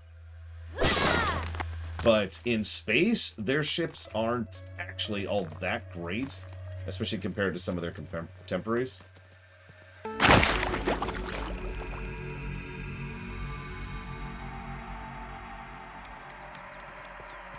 Well, do I have a bomb on me? Of course I don't. Yeah, exactly, Andrew. Like, Romulans are probably the... well, okay, no. The Federation are the kings of spaceships. Let's just be honest about that. But, other than that, the Romulans are far more of an appropriate competitor. Well, there's a nearby ant nest. I wanted to go see if I can find some frickin' eggs. I don't know. I actually almost lost a bomb earlier to that exact problem. The funny thing about the Dominion is, for the most part, their ships are inferior because they're designed to be. They are Zerg. Zerglings, to be more specific. In other words, the majority of Dominion ships, especially the traditional Scarab, those things are just... yeah, they churn those out en masse, and they man them en masse. They have they Corvette spam for those... oh, that's close to haze. They Corvette spam for those of you who've played. Stellaris. Yeah, exactly like their troops. Is this in safe range? Just barely. So, now there are some actually legit Jem'Hadar ships. Ironically, we basically never see them do anything. We can only infer based on ancillary works and video games how capable the real Jem'Hadar ships are. Like in STO, you get some of the real Jem'Hadar ships, the carriers and the dreadnoughts. Those things are death. But none of that's in the show, so...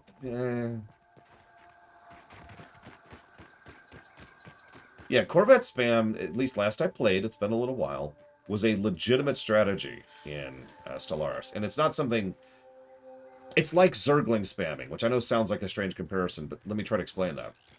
Anybody familiar with StarCraft knows that if all you do is spam Zerglings and then attack the enemy, you're going to lose.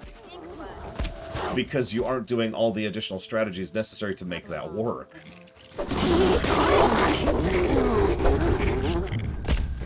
Like, I've talked about this before, there's an art to Zerg rushing. There's a strategy to Zerg rushing.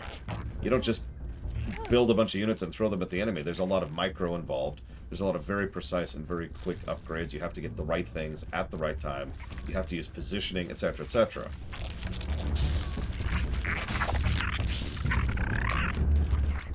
So let's go ahead and do this. Give me a second to let my eyes adjust to that. Just close your eyes and imagine it's a fruit pounder. It's so gross. Everything is gross. Ever. Ever.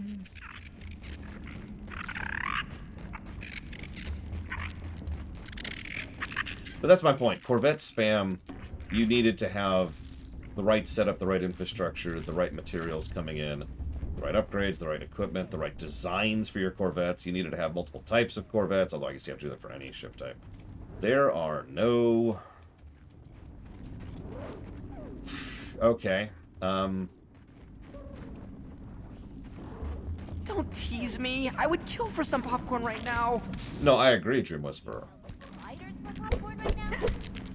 Be nice, Allie. Like, in all sincerity, I talked about this in my ruminations. The moment that the female changeling took control of the Dominion war effort, they started to lose, and they never stopped. They just started losing over and over and over because she's not a tactician. Wei Yun was actually doing a pretty good job. Unpleasantly enough.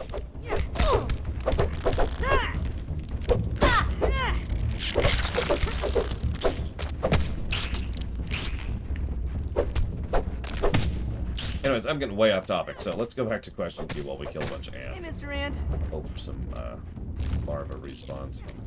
So, let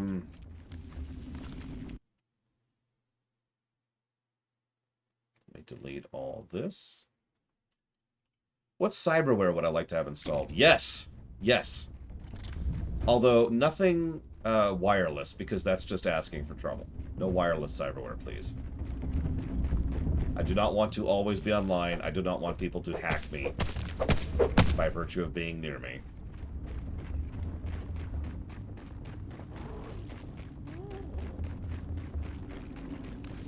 Look at that ant go. I'm just gonna turn around here.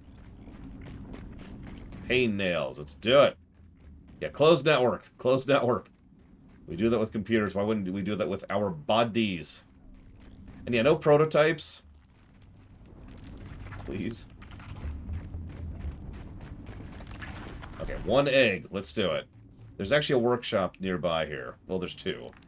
But there should be one just southwest of here.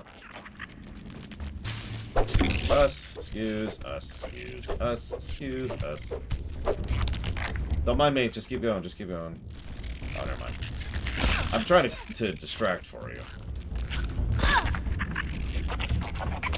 But in all sincerity, the answer to would I want cybernetics, the answer is only yes. And this is presuming that cyberware is tasted and safe and clean and works and yada yada yada. I don't want that first gen nonsense. I'm not going to be an early adopter of cyberware.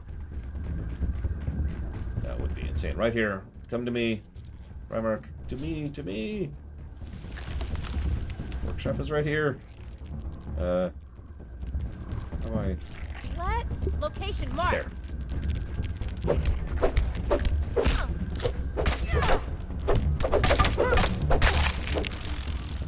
Okay. Yeah, I don't want to be an L2. Exactly. No headaches, please. Wireless door locks. What the crap? That's true, Crazy Norse. And we're doing some really cool stuff with cybernetic limbs every time I look into it. Oh no, we lost the egg? Those soldier ants mean business. Damn it. By the power of Helion. Champion of the Spotted a sun. soldier ant. Ant spotted. Okay. Do my thing for a minute here. Ant crossing. Anyway, so while I'm killing these, what tech in sci-fi would I want more than anything? Personally, or for, like, Earth? I would really rather you not, Loke. I don't mean to sound persnickety, but that means I will have to look at you. Either one will do. Well, see, my answer is different, so I'll give you both answers. We'll just do that. As I fight the Red Army here. No, you're fine. Don't need to apologize, Loke. I'm sorry. It's just... So, what do I want for myself? Replicators. No question. I want to have a replicator in my home that no one knows about, that I use carefully and personally. Hey, nice. And for the world, Enertrons. Ironically, 2 different settings for those. Chrono Trigger and Star Trek, but my answers on that haven't changed in quite a while. Brass and fungal growth. Yeah, I'll try to get some fungal growth.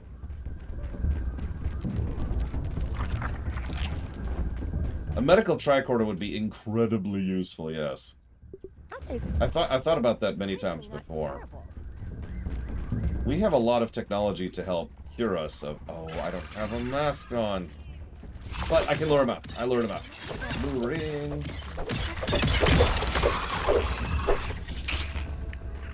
Because a medical tricorder can tell you what's wrong with you. Which is just... It's hard to overestimate how invaluable that would be. Dry grass. No problem. Here's some dry grass. Here's some dry grass. Let me make dry grass happen. There you go. Dry grass, adieu. Okay, we have a bomb. Back to... Got rid of your waypoint. Chopping around over here. No, you go ahead and do it. I believe you. I trust you. I've got faith, Primarch. I still remember where we're going. Hang on, let me get rid of my waypoint. Okay. I lost Angry ant, chopping around over here. Why, Yada? I know, right, Ross? Star Trek medical tech? Yes, please. Just yes. That's a lot of stinkos. Oh, well, I mean, that does suck, Yada. Alright, so... After Twitch account says, I want to ask a question about a game I want to fund. If you bought Time Splitters 2 for the GameCube and I got it funded, if I recommend to use an emulator with a mouse injector, would you do that? Because the mouse injector heavily benefits the game, but adds something unintentional to the game's vision. So basically, emulate with a mouse injector or play it normally. This is a GameCube game we're talking about here?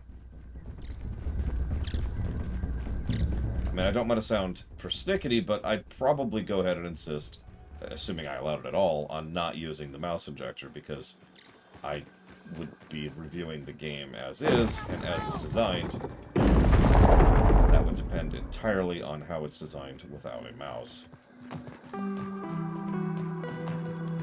Star Trek 4, Crazy Norse. And yes, I do.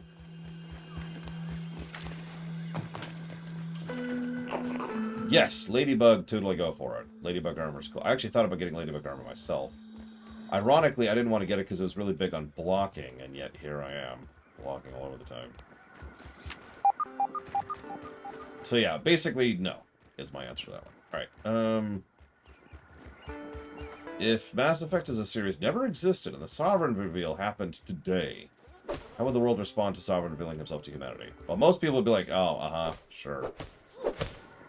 Like, let's put this clear. 99% of people would not believe it if the Fallen showed up on every TV in the world simultaneously. They'd think it was some marketing gimmick or some prank or something.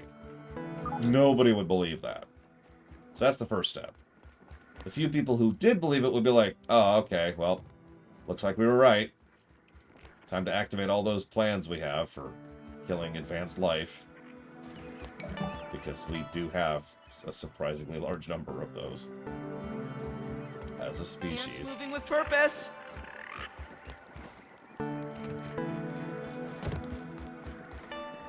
The Doctor, Ross. He may irritate me, may sing, he may have a terrible bed manner, but he is going to be the most precise and most capable, bar none. The only one who would ever even come close to competing with him is Bashir, in terms of quality. Interesting.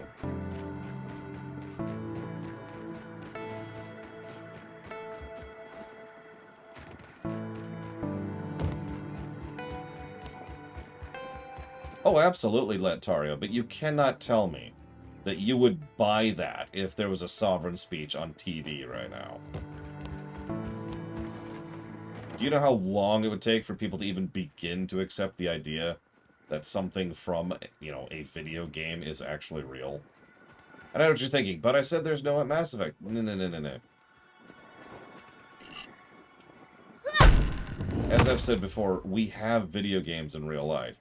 We have fiction. I've actually talked about this before. Fiction serves as a bit of a cultural inoculation to big, stunning events. So, in fiction, people will be like, oh my god, it's Sovereign! We never realized there was life. How are we ever going to survive? In real life, we'd be like, oh, so there's a big AI gonna kill us all. Okay.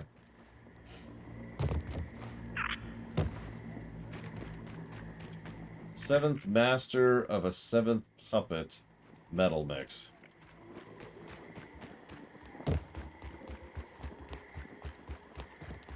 Wow, this is so cool! Like a real-life Minotaurs and Myrmidons adventure! I feel like a real adventurer now! Well, there's the dice. Hang on.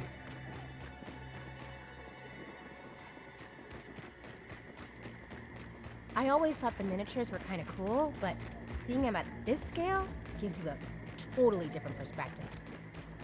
No wonder Pete likes this stuff. You know, Pete's like, ah! Science! I'll start working on my acceptance speech. But anyways, so let's see, next question. Did I see the question you asked an off topic? Oh, right, so hang on. I usually don't leave Discord up while streaming for reasons I feel like are self-explanatory. So hang on. Let's see. Off topic. Oh, right, I'm sorry. I actually thought I answered you on that. The answer is really, really boring. All that kind of stuff is just kind of baked into the initial review. That's it. But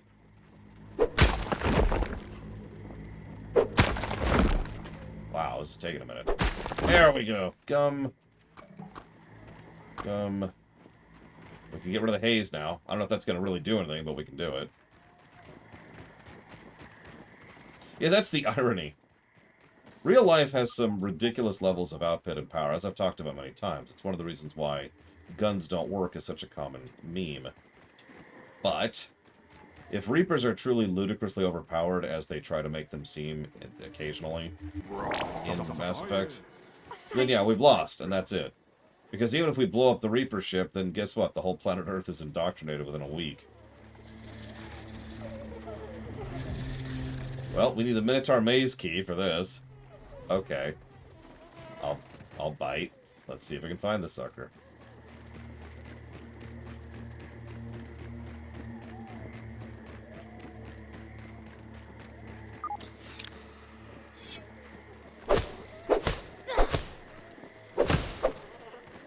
See, I'm actually pretty good at mazes, but I haven't been paying attention. So I don't have a map started in my head. So we're just gonna wing this one. Pun very much intended.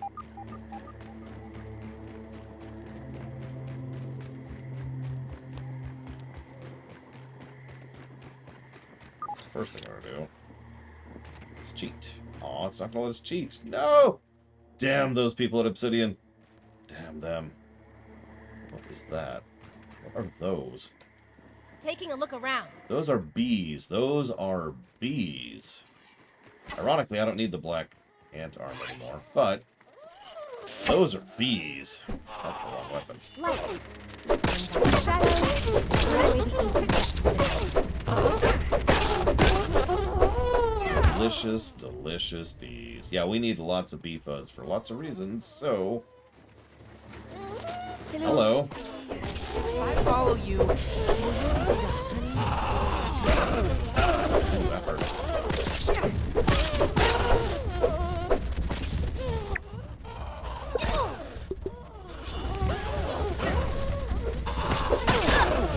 That's what I'm doing here.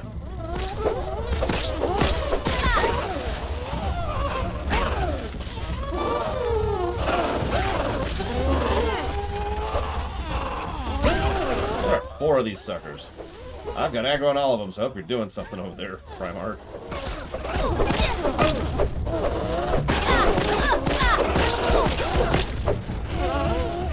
That sounds like a no.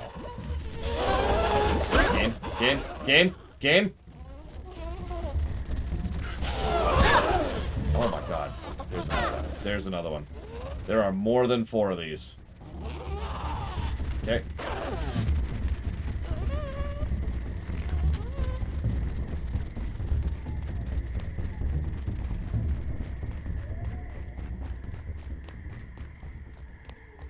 Give me a second to get my stamina back. Almost there. Don't release.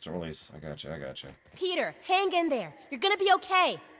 Yeah, losing block really screwed me over there. Tiny Pete.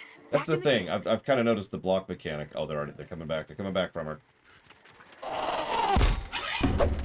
The block has like a max capacity of how much it can block. And if you hit that block capacity, you are screwed over. It's like the enemy has hit your weak point. You're the boss, and it sucks to be you. I'm gonna back up for a second.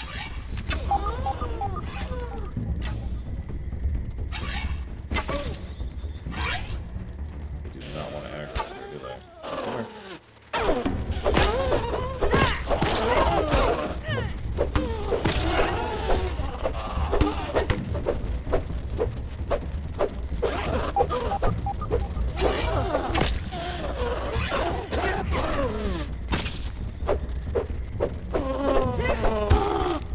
Two down.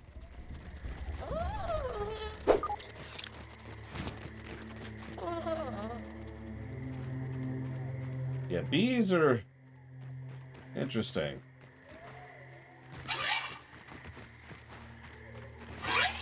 Oh, looks like we killed another one over here. Just the one.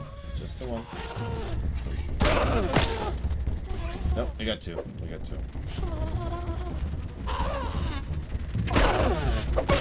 That sting looks like it hits like hell, too, because that is seriously building up my block meter every time it hits.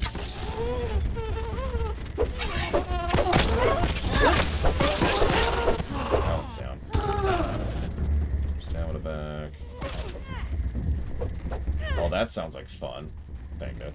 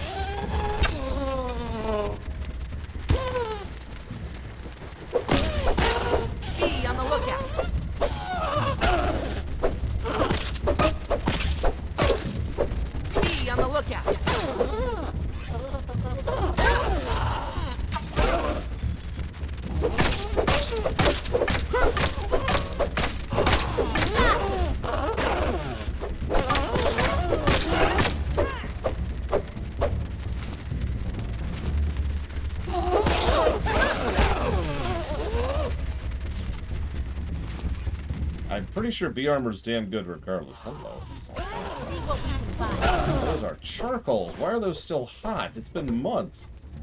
Hasn't it? Dun, dun,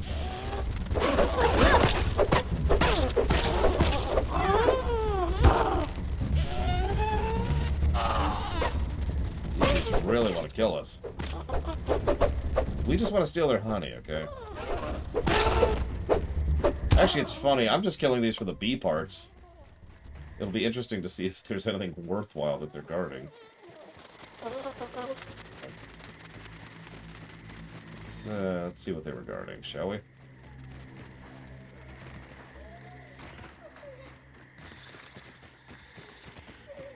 There are many bees sleeping around here.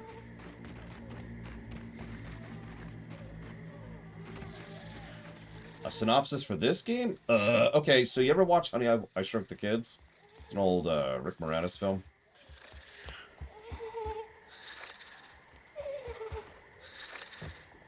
That is a level 3 axe. So we're playing that. There's the can. There's the table. You know, there's the house over there. Obviously, it's not literally that. We're not... It's just that's... Mr. B at cruising altitude. That's the idea, right? It's an Obsidian game. Survival crafter builder kind of a game. Whoops. That's why I'm gathering crow feathers and bee parts in order to build and craft with.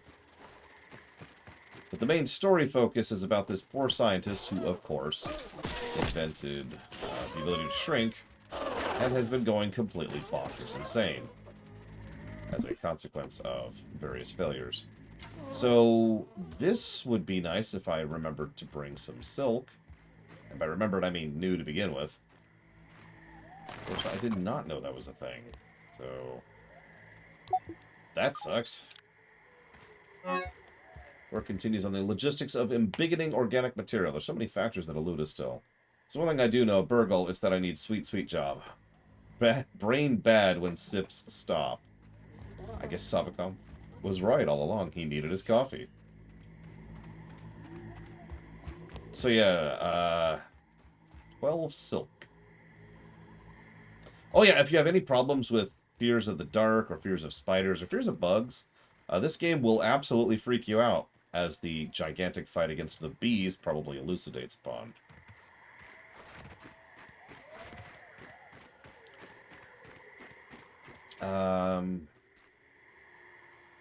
Loke, you got a minute? Okay, Loke's bringing salt. Loke's bringing salt. We need 12, I want to say? Let me double check.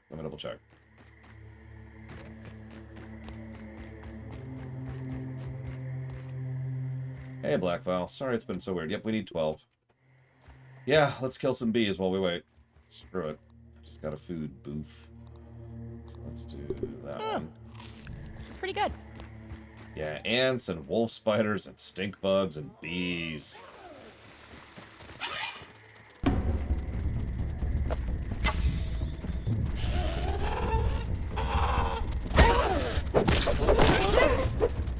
And mosquitoes. Mosquitoes are middle tier enemies, certainly lower tier than the bees are.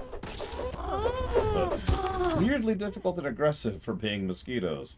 Oh yeah, and then the underwater spiders. Those things are bad. Oh yeah, we should find the Minotaur key. I got a little distracted. Hey, let's find the Minotaur key.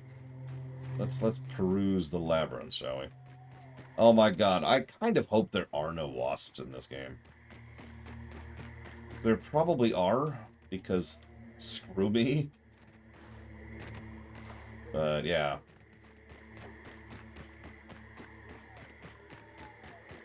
Alright, so let me get out my torch, which I have somewhere in my... Hang on, there we go. That didn't help. Okay.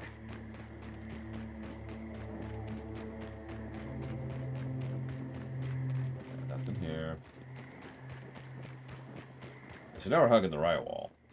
Just to be contradictory. Infinite contradictions.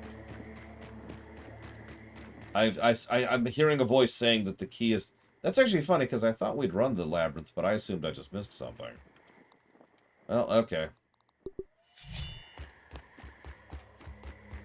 Yeah, I'm currently wearing spider armor, a mosquito sword, Holding raw science in my hands. What does it even mean? and a black ant shield. I'm gonna look around. Taking a look around. So yeah, there's Mount Doom. There's our destination, the shed. That's gonna be final dungeon territory over there.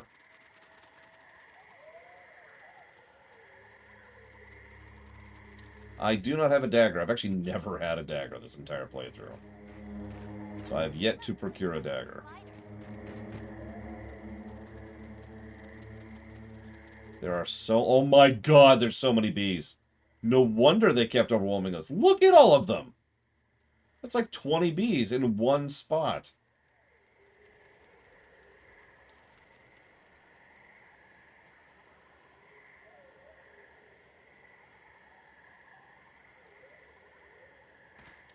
That's a shame, Panka, because I don't have new armor.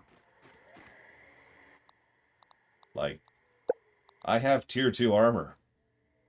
I don't have the ability to get tier 3 armor. It doesn't exist.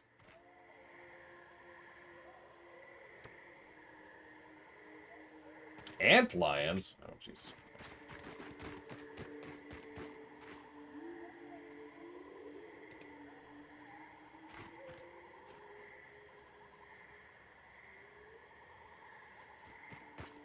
I mean, I guess there is the whole higher level zone we haven't been to yet.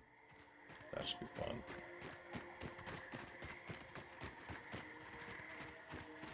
Yeah, you see why I have that mode on, Ross.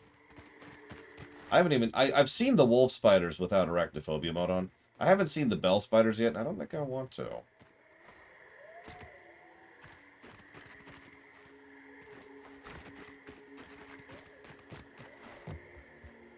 That was really close. Where's... Okay, so Loke's almost here. I gotta remember how to get back down. Oh, it's over here. All right, it's over here. So...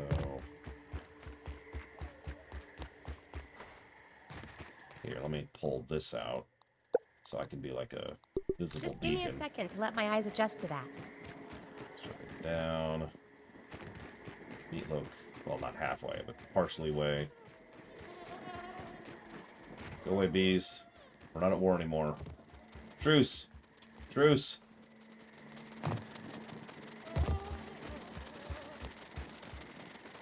The fact that there's a tier 3 axe worries me a little bit. Truce, bees! Truce! Truce. Kill me. I don't taste very good.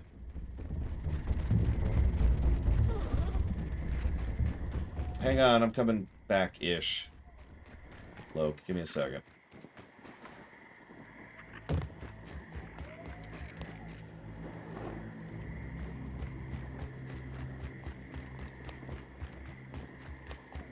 Yeah, that's not gonna work. It's okay, it's just a bumblebee come to eat my face off. Sting my face off, depending. Here we go. There's the banana. There's the bridge. Okay. Yeah, so you see the shovel, Loke? This is your way up. I'm not even sure I can get back on it, but I can meet you at the shovel bridge. Yeah, I don't want to risk falling. Taking a look around.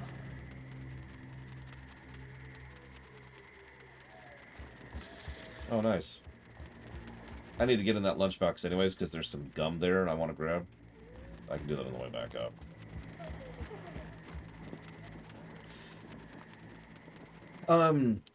Questions. Since I won't cover Mario Maker 2 via stream, would it both it and Anthem reviews be based on the VOD? No, I just probably will never review Mario Maker 2. That's just what that's gonna be. That's just my life there. And that's fine. Thank you. Much appreciate. You're welcome to join us if you want to keep exploring the hellscape. I mean, we're gonna hit the desert pretty much next, I want to say.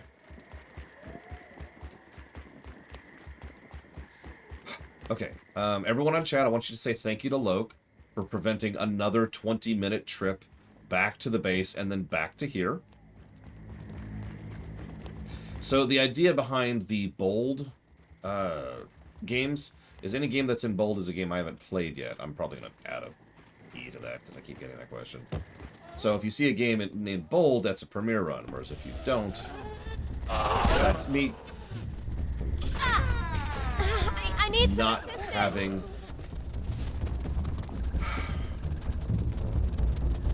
a slow fall equipped is what that is.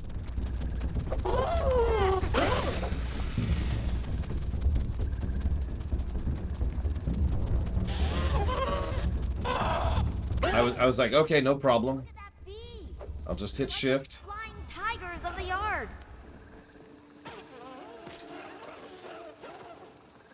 I need a hand. No, I'm gonna die. So now I'm gonna have to. At least I only have to do one of the walks because I'm about to do that 10-minute walk I just talked about. Can you chop down the? It's too late. It's too late. Oh. Hi, Evo.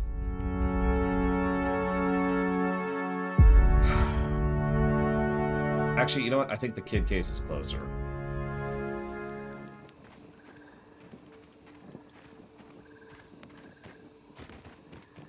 And that's because it is.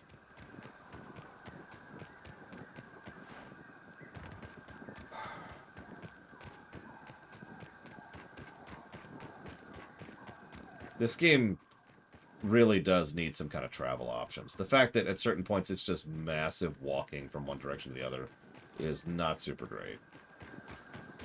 I don't know, Evo.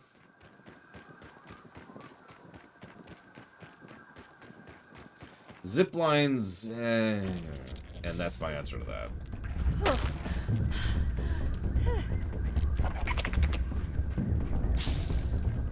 Cardio fan too, holy crap. Let's look at that when I'm no longer running for my life. Evo asks, in the Diablo rewrite, let's say can a person escape the heavens? So let's pause before we even address your second part of that question. Under most circumstances, the answer to that is probably a big fat no. Not for the reasons you're thinking, though. It's because there's nowhere to escape to. It'd be like saying, let's imagine for a moment that, because I love using analogies and I can't explain things literally. Let's say that there are people who live on Saturn and there are people who live on Earth. So, how do you escape to Saturn? You don't have a spaceship, by the way. And you've never heard of a rocket.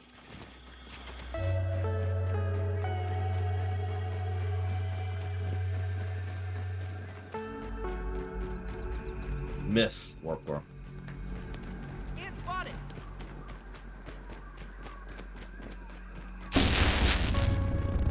Mosquito does not like the fact that I'm using this weapon. Well, no, that's... The point is that one of the reasons the war between heaven and hell has been so intermittent is because for the most part, the two realms don't connect. So they can't be at war because they literally can't be at war. It's one of the reasons why when oh god, I still think of his damn name. Imperius. Why when Imperius was given carte blanche to charge into hell, when hell was directly connected via sanctuary so it was the highway between heaven and hell, he just jumped on that like, oh hell yeah, no pun intended, and charged in there with an absolutely gigantic army. Is because they don't get a chance to do that for the most part. They have to wait for there to be dimensional shifts or connecting planes. Oftentimes what would happen in conflicts between the two is they wouldn't even fight at all, because a new plane would pop up and only one side would gain physical access to it, and yada yada yada. But, so the idea of actually having a highway between the two is actually it's one of the narrative points, one of the thematic points, is that Sanctuary is this big wonderful place where people could be and live and grow, and also it happens to be a direct physical pipeline between heaven and hell, which they've never had before.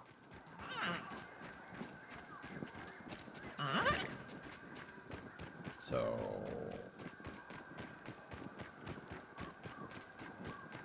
anyways, let's just say the status is no longer going to be quoed. But that's the answer to that question. However, you did ask a second half of the question, which was, if yes, does their personality change as a result? So let's say someone from heaven decides to escape to Sanctuary.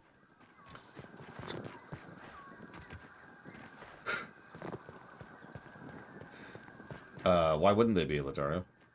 So let's say someone decides to escape to Sanctuary. Would their personality change? No, of course not. I mean, they're still them. Nothing's really changed. Nothing's altered. Where's my shield?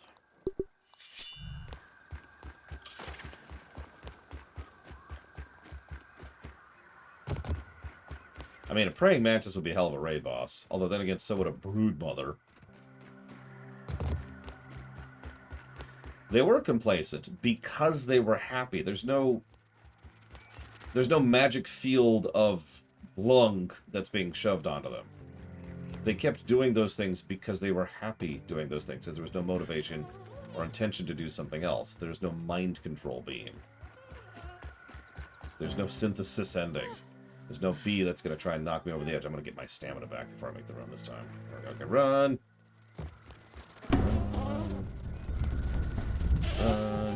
Run. Fall to my death. Again, in the exact same way, too. Please help! Wow, okay. So let's die. Let's just get this over with.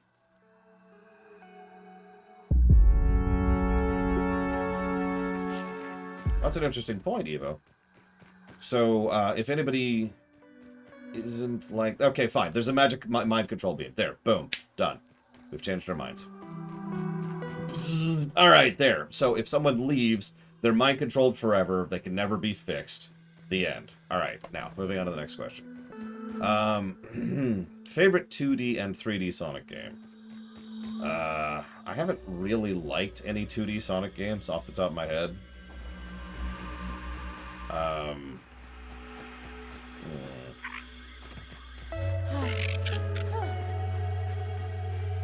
So, I guess I'm going to default to Sonic 2, by virtue of being the one I've played the most.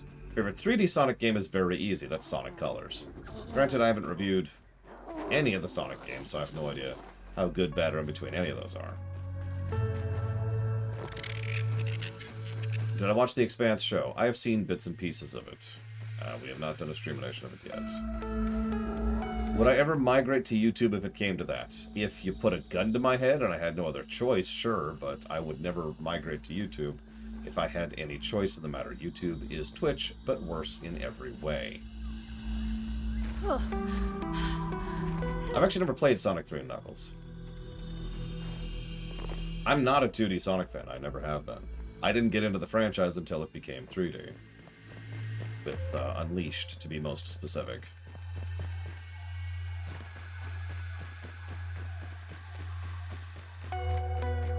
The problem is what you're doing, Evo, is you're introducing this massive tangle of story writing that I'm going to have to fix, because you've just told me that I can't have water and salt at the same time, and so now I need to actually come up with an in-between.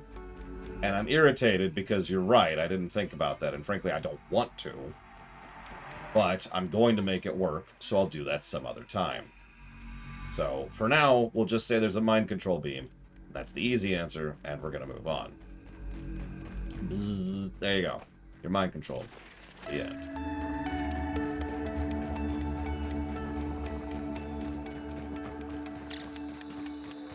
Yeah, your fault.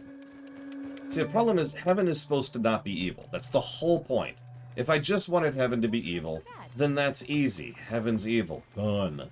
Do you know the absolutely ludicrously, ridiculously large amount of fiction in which heaven is evil? It's boring. And I wanted to do something where heaven isn't evil. So, you're like, well, what about people who don't want to be happy for the rest of their lives? And I'm like, well, that sucks to be them then. They get to go to emo heaven, where they get to cut themselves and think about how life sucks rather than being happy. I don't know. But of course, I do know. I've actually thought about it for 5 seconds now. I'm just being facetious. So, there's just nothing but Nickelback and Linkin Park on loop forever. Have I ever been so upset at a streamer I've told them off? Don't think I've ever really interacted with a streamer before, so I'm going to say no. But here's the thing. So you got me an idea. Okay, so let's get rid of the mind control beam for just a second. So something I have been hesitating to do, but I think you have just forced me, kicking and screaming, with a gun to my head, because Evo likes aiming guns at my head, is to force it so that when a realm is made a part of heaven, that the people are made angels. Probably as a slow transition kind of a thing. So that's the answer. Once you go to heaven, you become an angel and you become like them. And therefore you're happy for the rest of your life. If you decide to leave heaven, for whatever reason, like Inarius does, for example, because you remember he actually does leave heaven, you don't change because you're you. You don't shift back, right? You're an angel now. Congratulations. There you go. There's your answer. And that neatly solves everything. I'm not actually sure if I have Shadow Machine. Actually, yes, heaven is parasitic just like hell is. Although, how deliberate that is a little bit debatable.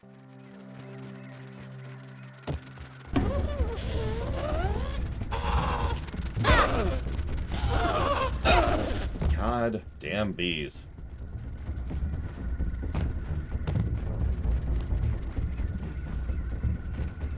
You know what's funny is Loke did all that awesome stuff to prevent 20 minutes of boring streaming, and then I just did 20 minutes of boring streaming, dying to the same bee 3 times in a row. Yes, you're terribly dead, horrific dead, and heaven is evil. Any questions? Heaven is parasitic, though. That is actually part of the intention. Just every plane is parasitic. So I shouldn't say heaven is parasitic. Planes are parasitic.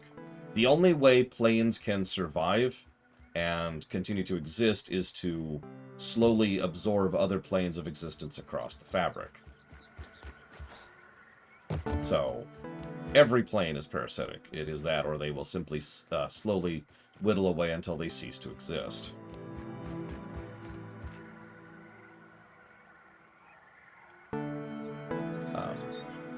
I don't know what those buttons mean, so I'm just going to do that.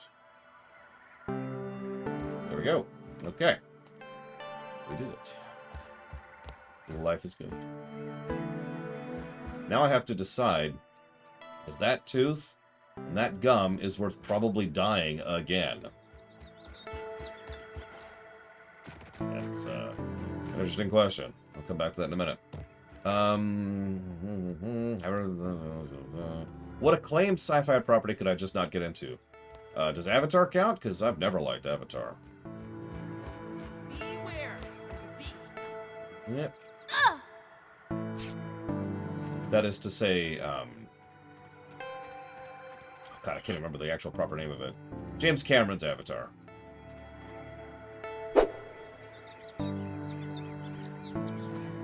Yeah, the cat people who have sex with their tails.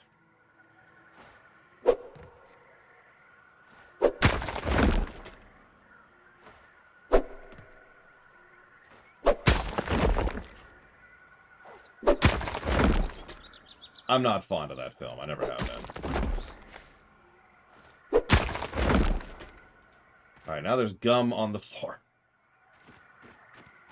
Should probably go get that. Dot'em D, dot'em die, Latario.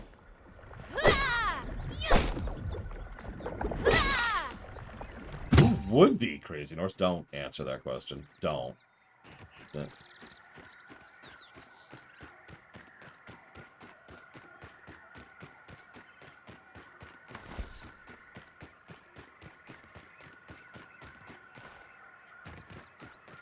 I'm going to be very neutral in the Avatar Streaminations. You're going to see me talk in a very technical sense about things because you're asking me to cover a show that's coffee, and there's just consequences of that. So, do I have a tuft on me? I do have a tuft on me. That's why it wasn't activating, because of the damn badge. Alright, let's go get that gum.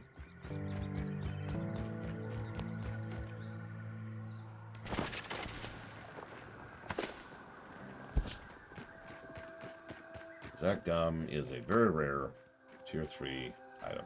Even the 1 nugget is probably worth that. Oh, but there's more. I mean, if Dr. Crusher had cat ears, then she'd be, you know, Dr. Crusher with cat ears. That's still human. I keep saying no because I don't want... I keep thinking people have this weird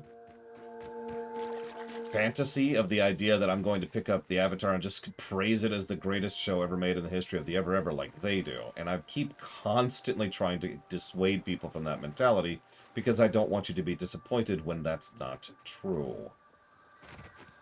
It's not about trying to bash you. It's not about trying to bring it down. I'm just trying to measure reality. Let's see.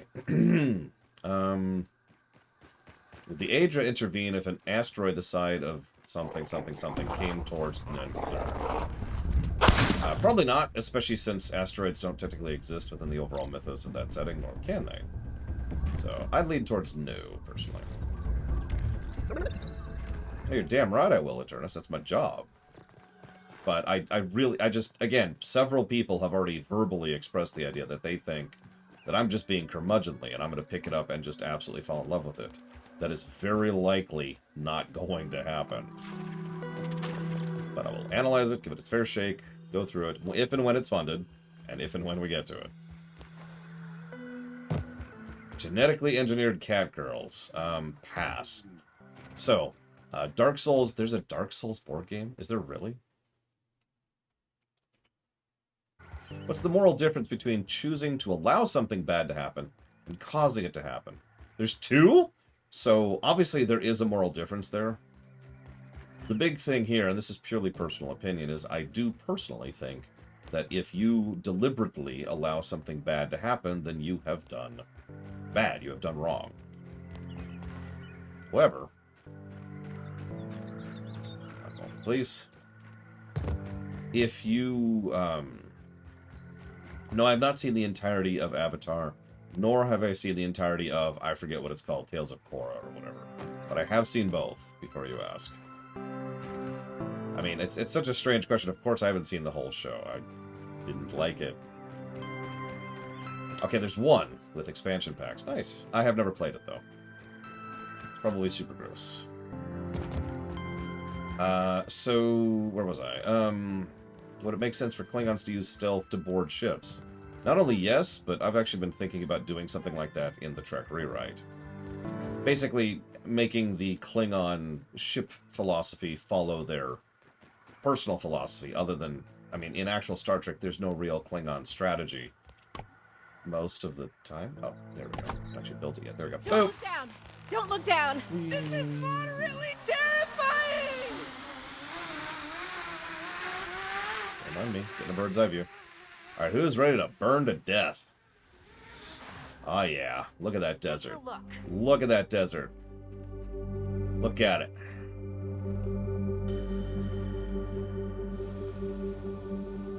Okay. Sun's actually on its way down. And I'm not sure what our goal is here, actually. This is a really dirty sandbox. Whoever lives here is just so gross. Yeah, I'm gonna scout. I'm gonna scout before we jump into some place that I'm probably gonna die in. Oh my god. Taking a look around. Got a new one. There is an antlion. There's an antlion in your sandbox. What is wrong with you people? That actually angers me. What is you just clean your goddamn crap. Ah. Okay. But I consider a deity who allowed a planetary extinction event to happen and say they don't care about anything in their setting extremely, horrifically, nightmarishly evil. The answer to that is, of course, yes.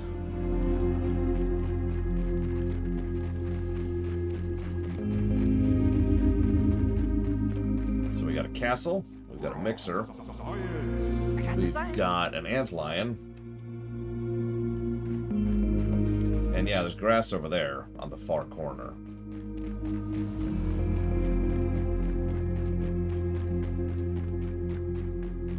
I mean, there's another way, but it involves going even further away and then going through the Black Ant lair in Oceans, which is why we're trying very much not to die right now.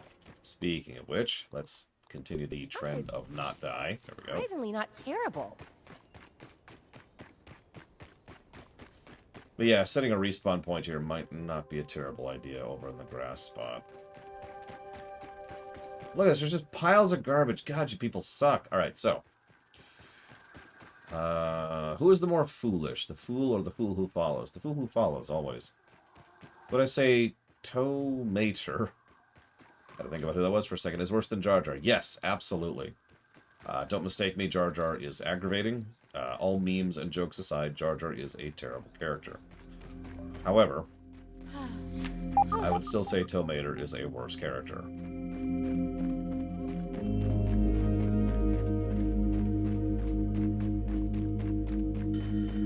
Yeah, the fool who follows is more to blame, so to speak. Because they have less reason to be... They have more tools at their disposal to not screw up, to not be a fool. And they have deliberately chosen not to be, so it sucks to be them. Tow Mater, sometimes just called Mater, is a tow truck in the Cars franchise, and he sucks. He's the worst thing about the franchise by far. He also happened to be very popular with, I forget his name, but the guy who was pushed away from executive control over Pixar because of things I don't want to talk about right now.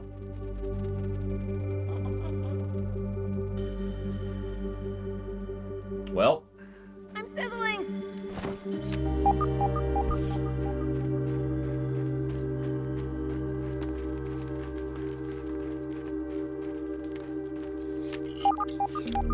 I'm sorry, Ross. I'm up to 3 now, by the way. The ranger fell to his knees. So, hang on. Let's get some sprigs. Let's get some... Whoops! Can't harvest those. Get some cloves, since I still don't have that knife. And I believe we need grass for the last bit? What else do we need for that?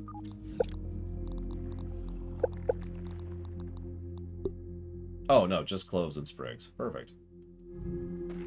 Okay, so I'm going to set up some spawn points here. Let's call them what they are.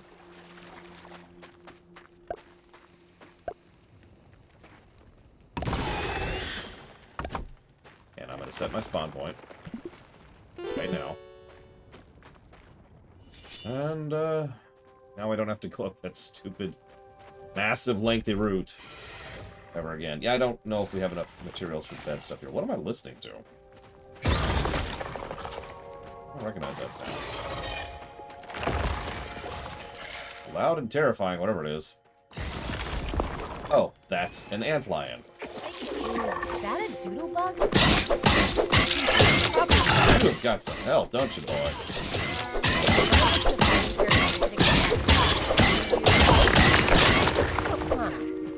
That's an ironic.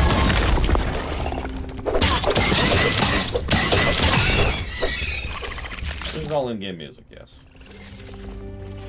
Can't harvest cacti, unfortunately. Which is a shame, because cacti would actually be pretty legit. Think about cactus armor for a second.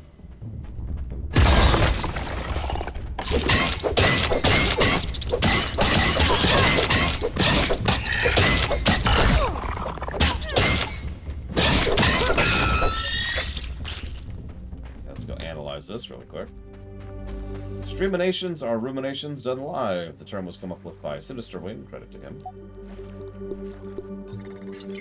The overall format is mostly the same, though, other than the fact that it's live, so obviously will consist of a little bit of a different vibe than just me talking into a camera. You watch enough cartoons to know the gag. The befuddled man puts the finger through an unexpected hole in the fabric. Well, that's me today. The chests have been jingling around in my dice bag for weeks to keep track of shrunken treasures jangle no more. Scattered to the four winds, the seven seas. Please keep an eye out. They could be anywhere. Perfect vessels for storing items. What a pity. Cute. A lot of nasty water here, too. Favorite bands? There are bands? What? Get out of here. How do you fund Discrimination? Well, it depends on the show. And I'm actually really strict about adding shows, much more so than games. However, you donate towards them in the exact same manner that you do any game. And there's a separate thing on the website to keep track of it. If you click the list, or thank you, Inosians. Thank you. Oh, this guy's got some help, don't he? Ooh, you got some help, boy.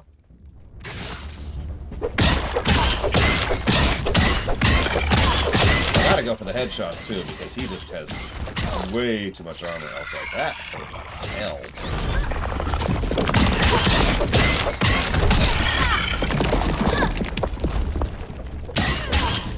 I feel like I should not be meleeing these, but damn it, we're gonna make it work. Woo. Big old boy. There's the pincer. There's a lot of... Oh, hello. TBC. TBC.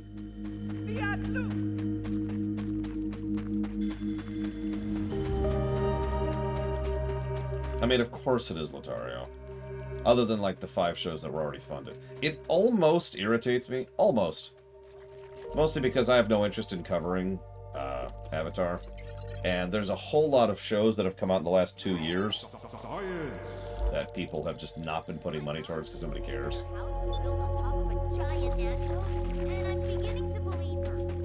Okay, so let me get my... Impulsive thought. Light. Burn back the shadows and turn away the inky depths of the night. Like, nobody wants me to cover the Loki show. Nobody wants me to cover... I don't know. What else has come out lately? Andor. That's a new one. Nobody wants me to cover...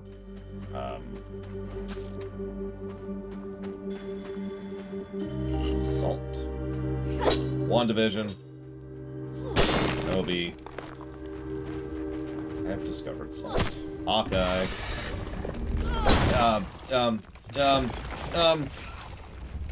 Beware. Oh, Jesus. Lesser antlion, but still.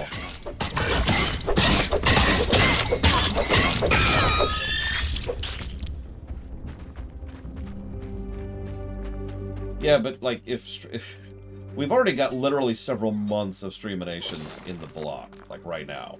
In fact, I had to raise Streaminations prices by triple, because originally I was going to charge less for Streaminations. And then, you know, things got way overfunded, and so I had to increase the price a little bit to standardize. Because, yeah. Way too many shows got funded way too quickly there. Yeah, Tangled is going to be about a 6-month-ish thing just by itself. We've got Justified and I don't actually remember what else. But there are several shows that are already funded. We just haven't started Streaminations yet because, to be perfectly honest, I can't do that right now. Don't have the time or the mind, which is why we haven't yet.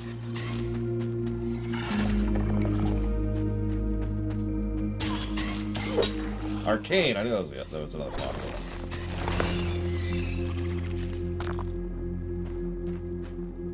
A lot of Supreme stuff that I can't loot because that's Tier 3 stuff. Actually, there is Warp Core. It's on the Streaminations page. It's hard to see, though, because it's not really intended to be a big, you know, obvious thing. There's a lot of salt here. I've heard good things about Arcane. I'm gonna eat this. It's pretty good. And then... I don't have a lot worth getting rid of. Okay. Well, we're gonna stop looting salt for right now. I have no idea what salt's used for. I just discovered it. This is new to me.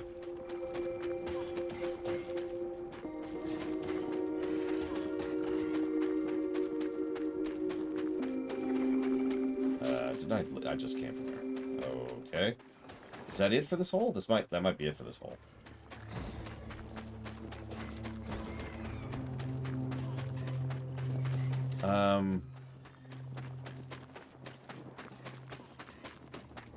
What do I think of people who say that adults who play video games need to grow up? People like that are so irrelevant, they're not even worth my time to insult. And that's my thoughts on that match. Thank you, Warfare. There you go. Justified, then Arcane, then Tangled, then Mandalorian Season 1 and 2, and then Clone Wars. All of that got funded before I increased the price. That's literally like a year's worth of Streaminations. So if Avatar got funded like today, well, that's like a year and a half or 2 years of Streaminations. That's why I'm not really super eager at the moment to do that.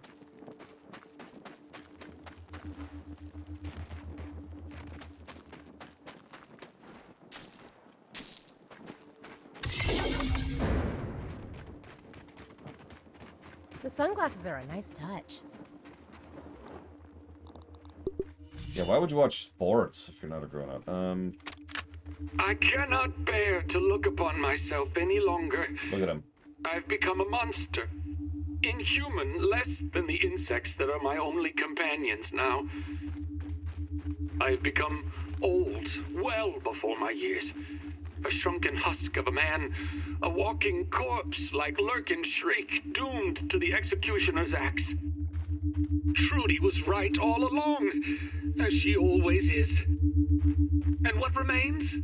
I'm a failure as a scientist, as a husband, and as a father. I have no choice but to remain here, living exiled in the backyard.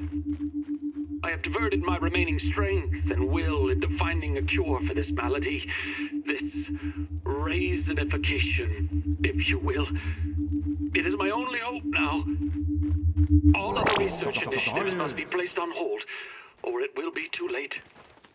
It may already be too late. It is only fitting that I am so small, tiny, minuscule, just like my legacy. I don't have inventory space for any of that. I'm just gonna keep on coming. I am very full on inventory right now.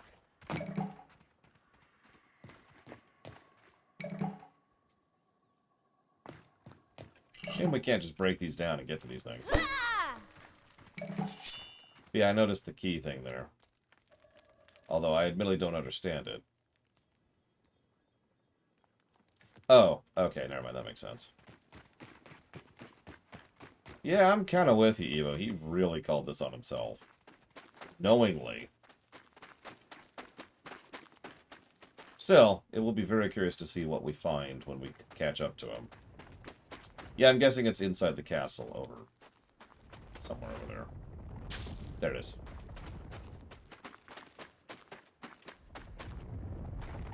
Where's Loke? Where's Loke? There you are. Coming. I'm gonna have to turn the bold text question into a take a drink thing at this point. Bold games are games I have not played yet, so they would be premiere runs instead of non-bolded games, which would be classic runs.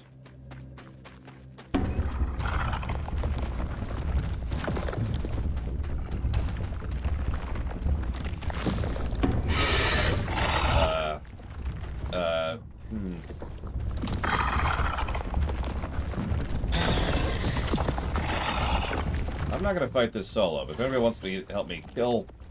It's throwing corpses at me. It's attacking me by throwing corpses at me. Anyways, if anybody wants to help me fight this thing, I'm more than happy to. I ain't trying to solo that nonsense.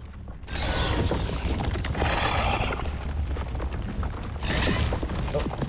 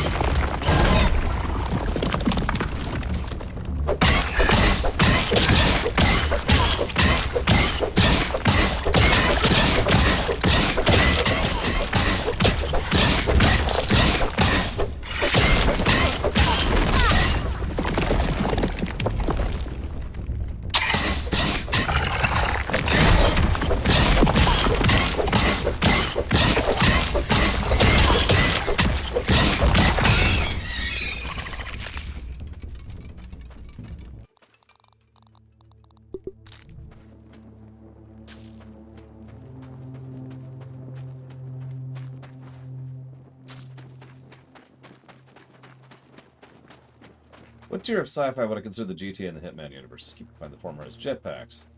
I mean, the former has the same level of general sci-fi that the 80s stuff in general has.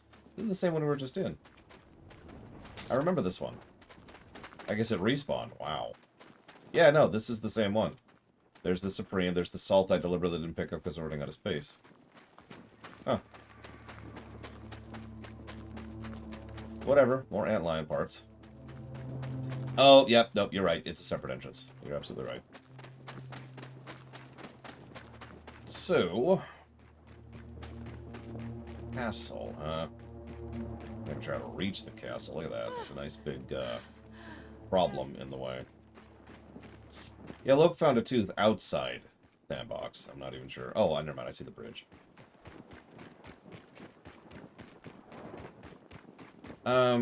But yeah, it's low. God, there's a term for that. It's 80s sci-fi. I don't know what to call it. It's when it's science as opposed to science fiction. I mean, I'm not saying it isn't science fiction. I'm just saying that's the brand of sci-fi that it is, and therefore is considered as such. Hopefully I didn't just get a sub from Ciela, because that would kill me right now. But Primark, if you know what you want to put that towards, please let me know. I never played Jet Force Gemini on the N64. However, I have seen quite a few speed runs of it. They're quite cool. Okay, whatever.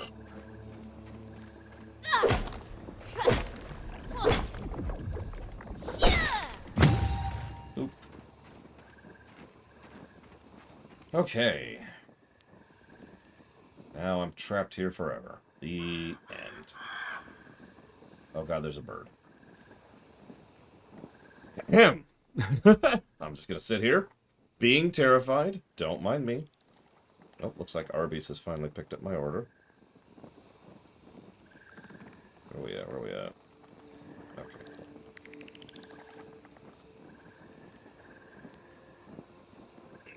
Ugh. You know, I keep assuming the bird's gonna attack us. I don't actually know. I've yet to see anything that indicates they can actually attack us. Thank you, Ciela. I do always appreciate.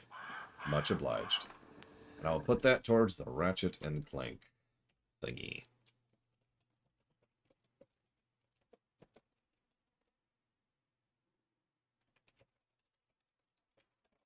I mean, you remember the first time I heard the bird, I just froze.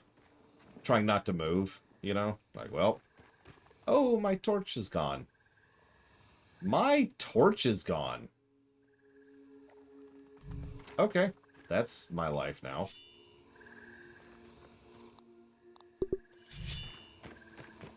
Cool. Let's see what we can find. Okay. This is wonderful.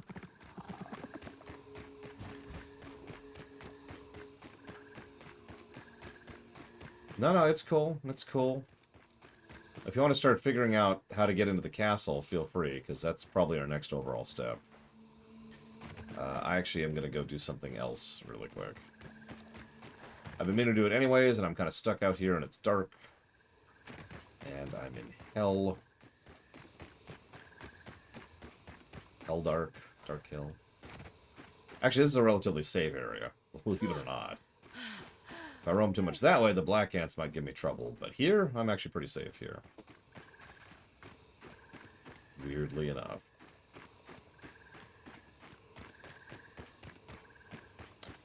So...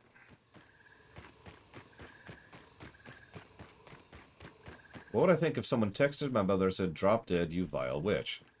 Well, I'd go find where they are, and I would beat the ever-living shite out of them. I'd probably beat them so hard that once all of their teeth had fallen out, I would shove them into their eyeballs and then start punching them to punch the teeth further into their eyeballs. Probably.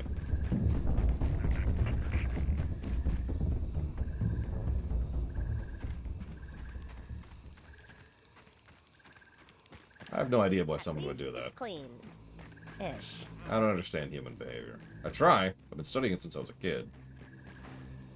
Makes no sense. It's a shame we can't build, like, climbing gear to start going up vertical surfaces. Even a little bit of verticality would help in several situations to get around things. Like that, or that stupid, you know, water hose. No, the Minotaur key is in the castle, I think. Besides, what I need to do... Whoop, whoop, whoop. Let's go this way. Yep, I heard, game, I heard. Oh, Jesus. Oh, Jesus. Oh, Jesus. Okay, we're okay, we're okay. It's okay. Better safe than sorry. I brought my gas mask.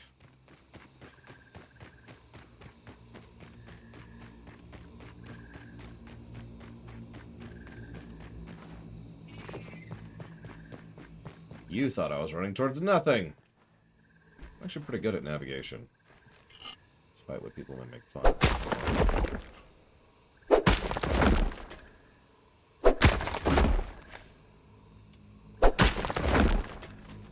Now, seeing tiny things in the dark, that's a little harder.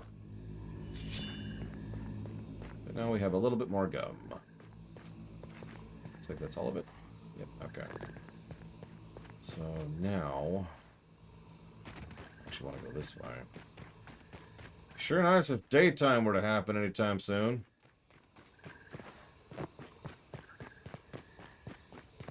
Oh no, of course not. I wouldn't judge you at all. After all, you said what I would do if my mother had someone say that to them. Which is a very different circumstance than if someone said that to your mother. I know this is going to sound strange, but they are different people. I wouldn't say I use a lot of it, Ross, but it is a wonderful, flavorful additive. I think a lot of people not misunderstand, just underestimate the value of it. I'm going to pay attention for a second, since it's so easy to fall off this thing, and now that I said that, I'm going to fall off guaranteed.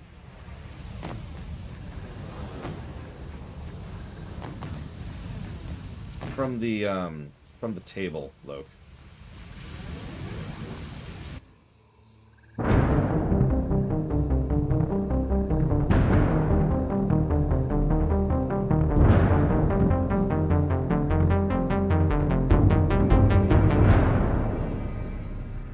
Haze is gone. I don't know if that really does anything, and I'm not even sure I care. But the haze is gone. Black Ant Soldier, I told ya. And now the fungus is free! The fungus will spread everywhere! Oh god, that's what we just did, isn't it? Oh my god. Oh, that's a good idea, Ross. I should do that. Wait. Are you joking, Primarch? Oh my god, we just spread the infection. Why? Why did I do that? What is the benefit of doing this? I thought this was a good thing. Or at least a progression thing. Can I undo this? Yeah, we have just unleashed the apocalypse. Great. I'm so happy about that.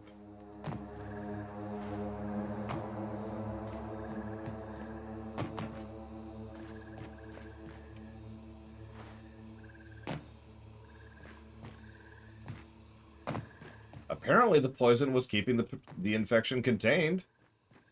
Apparently. Great.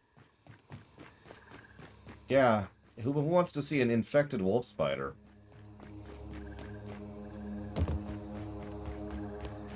I mean, we already fought an infected ladybug, and that was a nightmare. Yeah, we just opened the Rachni relay. Yay! I've got a rapier. Alright, so. Let's see. Questions. Would it be fair to call the Cardassian Union the sick man of the Alpha Quadrant? I mean... yeah. One of my favorite and least favorite Disney movies post-Renaissance. And post-Dark Age. Okay, so, Science! yeah, we just released all the acts in Dread. Oh god, you're absolutely right. Although, spoilers. Okay, so, favorite movie from Disney's post-Renaissance. So, the obvious answer for favorite is Zootopia, since it's one of my favorite movies. in general. That movie is legit and awesome and amazing. Least favorite Disney movie after that is probably one of the live action films. They're all kind of not great, to be completely honest. What to do next? I've unleashed the apocalypse, and now I'm just staring at like, well, you know what? I know what I want to do. Okay, I know what I'm going to do. I know what I'm going to do. I'm going to bite the bullet. I'm going to go back to the base camp a billion miles away.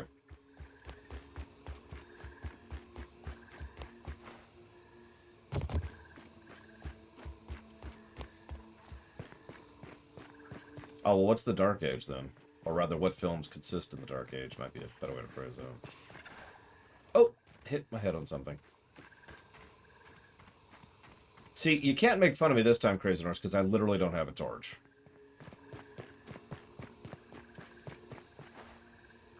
Oh god, we released the Flood. Treasure Planet. There you go. My favorite movie of one is Treasure Planet. That also makes my least favorite movie Treasure Planet, by virtue of default. Oh my god.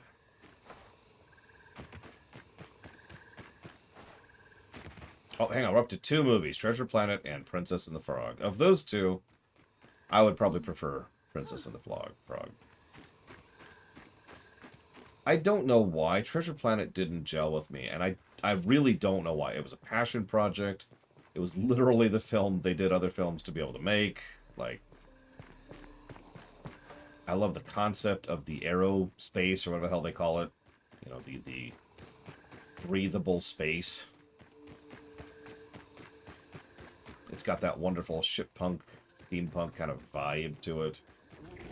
But the animation is weird, and the main character didn't really gel with me, and the main plot was irritating, and I think they didn't actually earn the redemption of Silver.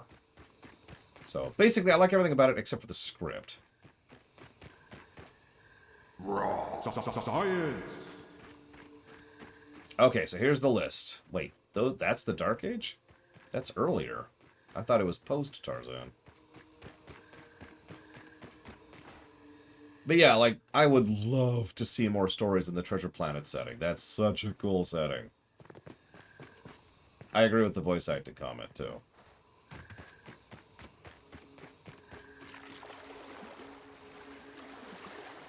Very strange. Oh, whatever. I shall move on for now. Favorite reviewer? Me. Favorite YouTuber in general? Ooh, if I have to pick a favorite... See, if I pick anyone other than Lord Reloaded, he'll be sad. But I think I will actually pick mosquitoes that are currently trying to bite me to death.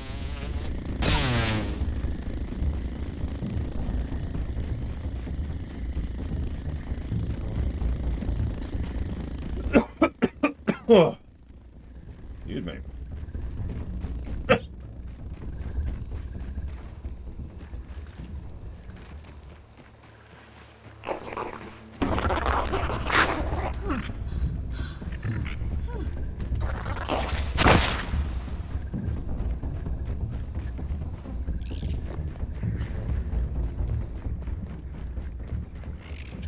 I like how everyone's just listing all these terrible, terrible YouTubers. Except for Oversimplified, he's legit. I think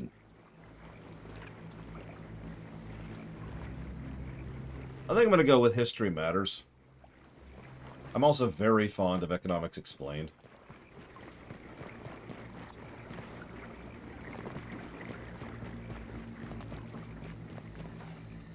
There's a lawyer I like. There's actually 2 lawyers I like. John Straff Hayes is a fascinating example because I disagree with him almost across the board. Speaking as someone who's also studied and analyzed and played MMOs for most of my life. But he's a great YouTuber and he gives his opinions and his perspectives quite well. Like, I like Josh Straff Hayes, even though I don't agree with him on almost anything. Legal Eagle is one of them. And the other one is... I can hear his theme song in my head.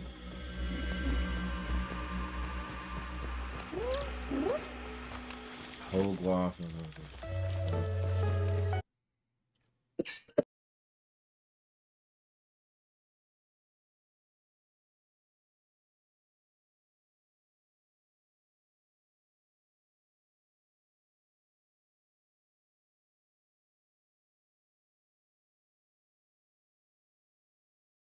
My throat's dry if you're wondering what's happening here. And it's staying dry. And that's a problem.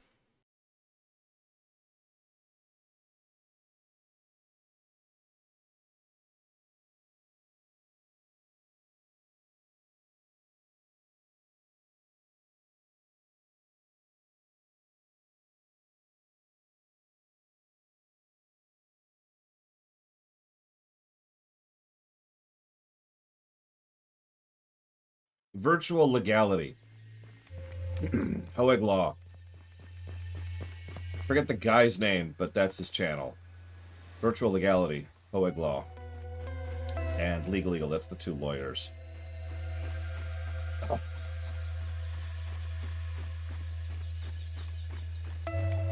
Ah.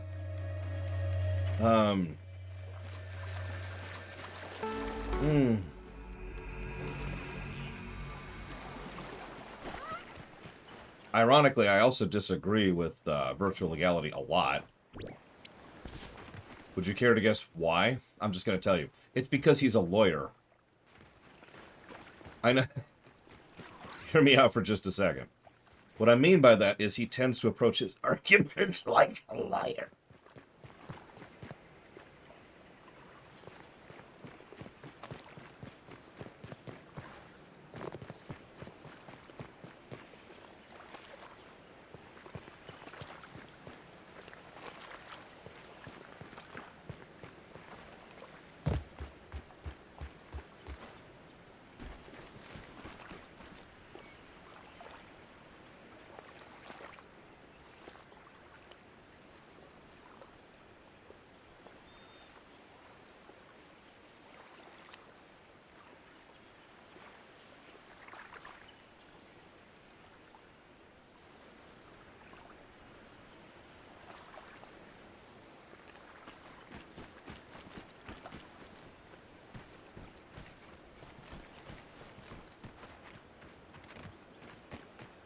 Exactly, Space Cadet. Sorry.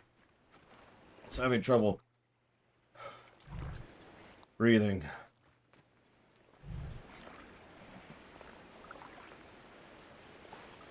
But yeah, he approaches his arguments like a lawyer. He's there to argue existing law and functional law and just... Yeah, it's I can't tell how many times he will say something along the lines of, well, yeah, they may be killing kittens and murdering them in order to try and steal their souls, but they're doing it legally, so I have no problem with that. And that's kind of his approach, right? Nevertheless, he does know his stuff, and he has been a fascinating insight into the way laws work. He is, like it or not, a good lawyer.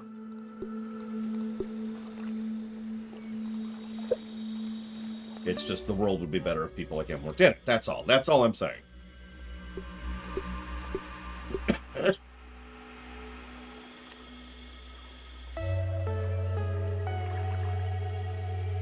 Legal Eagle is a corporate lawyer, and that is actually a very different category of lawyer. I don't mean that as a negative thing. I'm just saying, vastly different field. There's actually several different fields for lawyers, just as there are for doctors.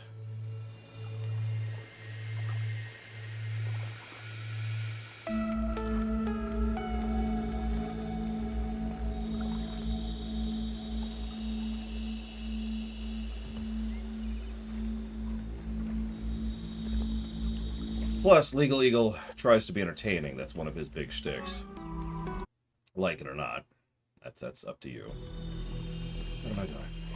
Gum. All that for some gum. All that for a speck of blood.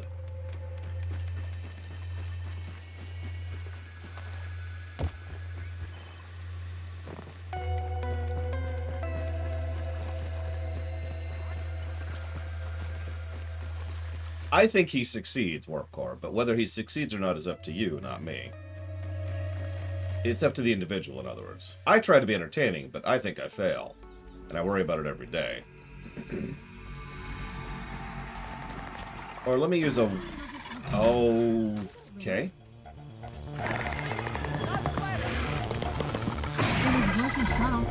Oh my god, is that an infected... Taking a look around. Peeped a new one. That is an infected wolf spider. That is an infected wolf spider.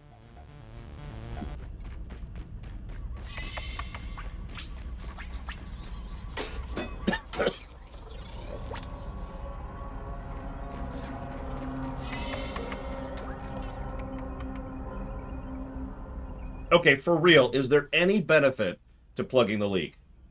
Usually, when you do something like that, it's either because you have to, or because there's some thing to countermand the fact that you just screwed over everything forever. Spoil it for me. What's the benefit? Science. Why did we unleash the freaking flood?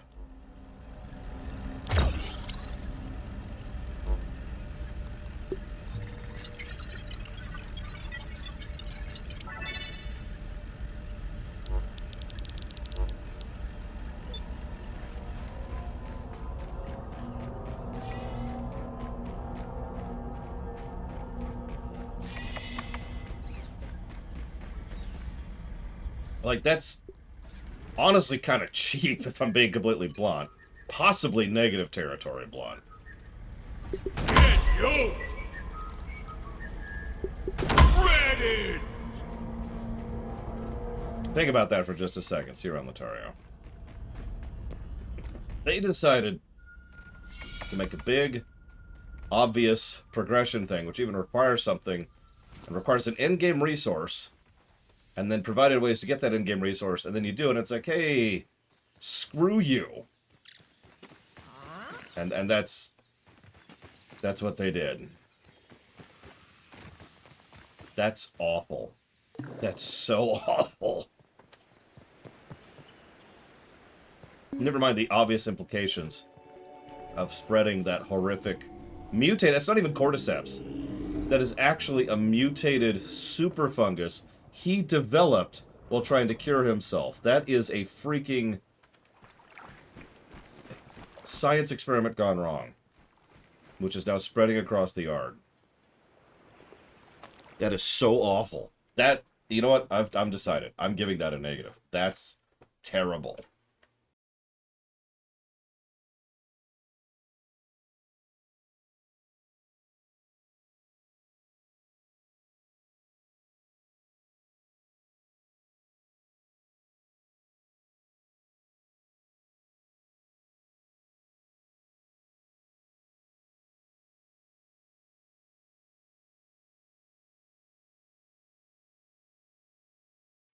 If it was labeled, or clear, or indicative, or anything else,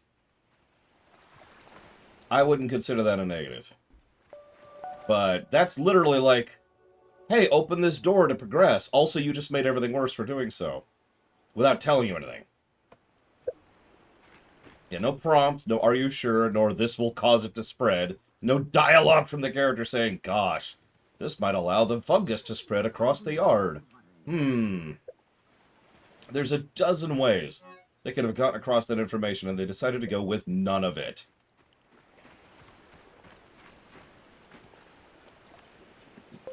That's why it's specifically an info in-game negative. Because there was no info in-game. If I knew, I never would have done that. I would never have touched that.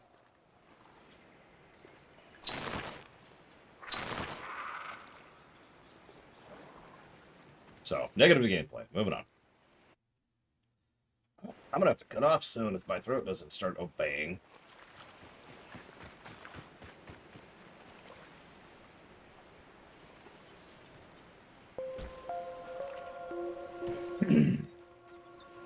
Excuse me. Okay, antlion armor. Right, let's get on with it. Let's beat this stupid game. Yeah, hey, tier 3 armor. Cool. Let's just start making it. We're just making it. We're just making it. There, we have antlion armor. We're good. We're done. We did it. Putting on some more armor.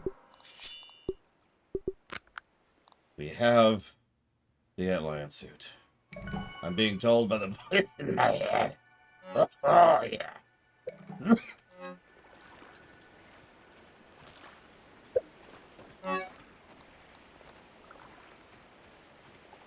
That I should upgrade it.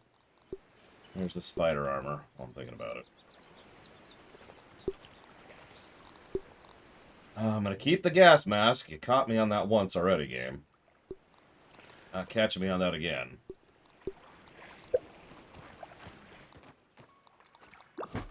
Oh, for God's sakes.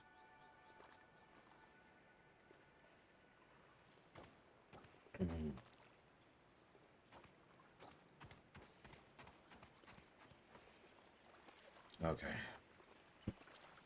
That tastes really good. Salt. Right. I don't know where to put salt. Let's put salt in here. I don't know what salt is good for.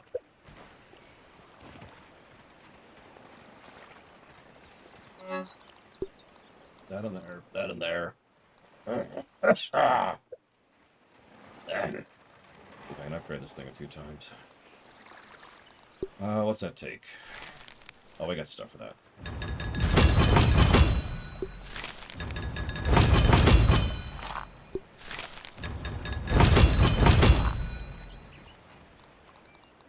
Hang on. That was brittle plating.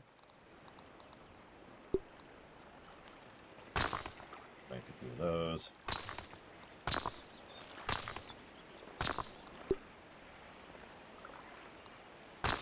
There. For other people. To upgrade their armor. Throw those in a pin. Oh, hey, there's a ladybug hat. Nice. I actually do like that hat. Looks cool. That's weird, Bragwin. We've had a room for a bit now. I'm about to chop off because my throat's not getting better. My food's getting here almost an hour early.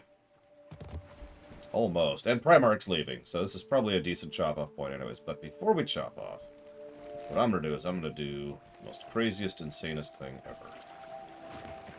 I'm going to reset my sound point here, and then I'm going to pick it up, and we're going to go for a walk. While I clear out the question queue. Let's see here. Well, hang on, let me delete a lot of these. Do I like AVGN, and has my opinion on him ever been affected by him being a progenitor of the trend? I do not like AVGN, the character, or his videos. AVGN, the guy, is, by every account I've ever seen, a pretty cool and legit guy who's just kind of a dude who's doing his own thing. It's a clear example of something I talk about a lot. Some people are just themselves on camera. Some people play a character. And the AVGN, you know, the nerd, is very much a character. That's not him at all. So, I don't care for his character, but I think he's pretty awesome. Excuse me. Let's see. If the that's a Lataria question. Lataria question. So are the angels like mindless bees, and or do further up the ranks do they get more free will? They're not like mindless bees. They're happy. They're happy. God damn it, they're happy.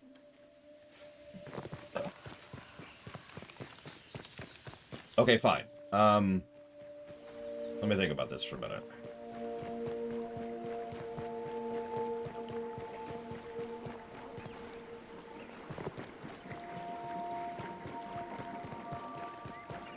Well, the problem is they're not mindless. They really aren't. They're changed. They're not the same person they were originally. See you around, Primarch. Thanks for joining us. They're not the same person they used to be, right?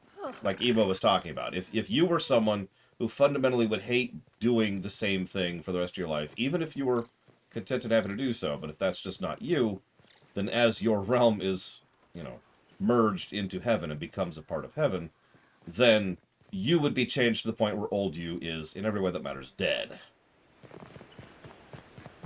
I suppose, Crazy Norse? I don't know. It just feels like getting the gas mask is a lot easier than getting gum, which required getting the shovel. Anyways, so I'm going the right way. I'm going the right way. Pop this down here. You're not forced to be happy. No one's pointing a beam at you and filling you up with good feelings. The reason you're happy is because you're doing something you want to do. What's something you want to do? I mean, I'll pick on Evo again. Evo, you're an artist. You get to create artistry, and you have access to resources for that, and you get to live the way you want to, with the art you want to, making art for the rest of your days. There's nothing artificial or external that's just... This is Diablo. This is actually the Diablo rewrite, specifically Offshore Tishko. There's nothing beaming that into you. There's nothing forcing you to be happy. There's nothing making you happy.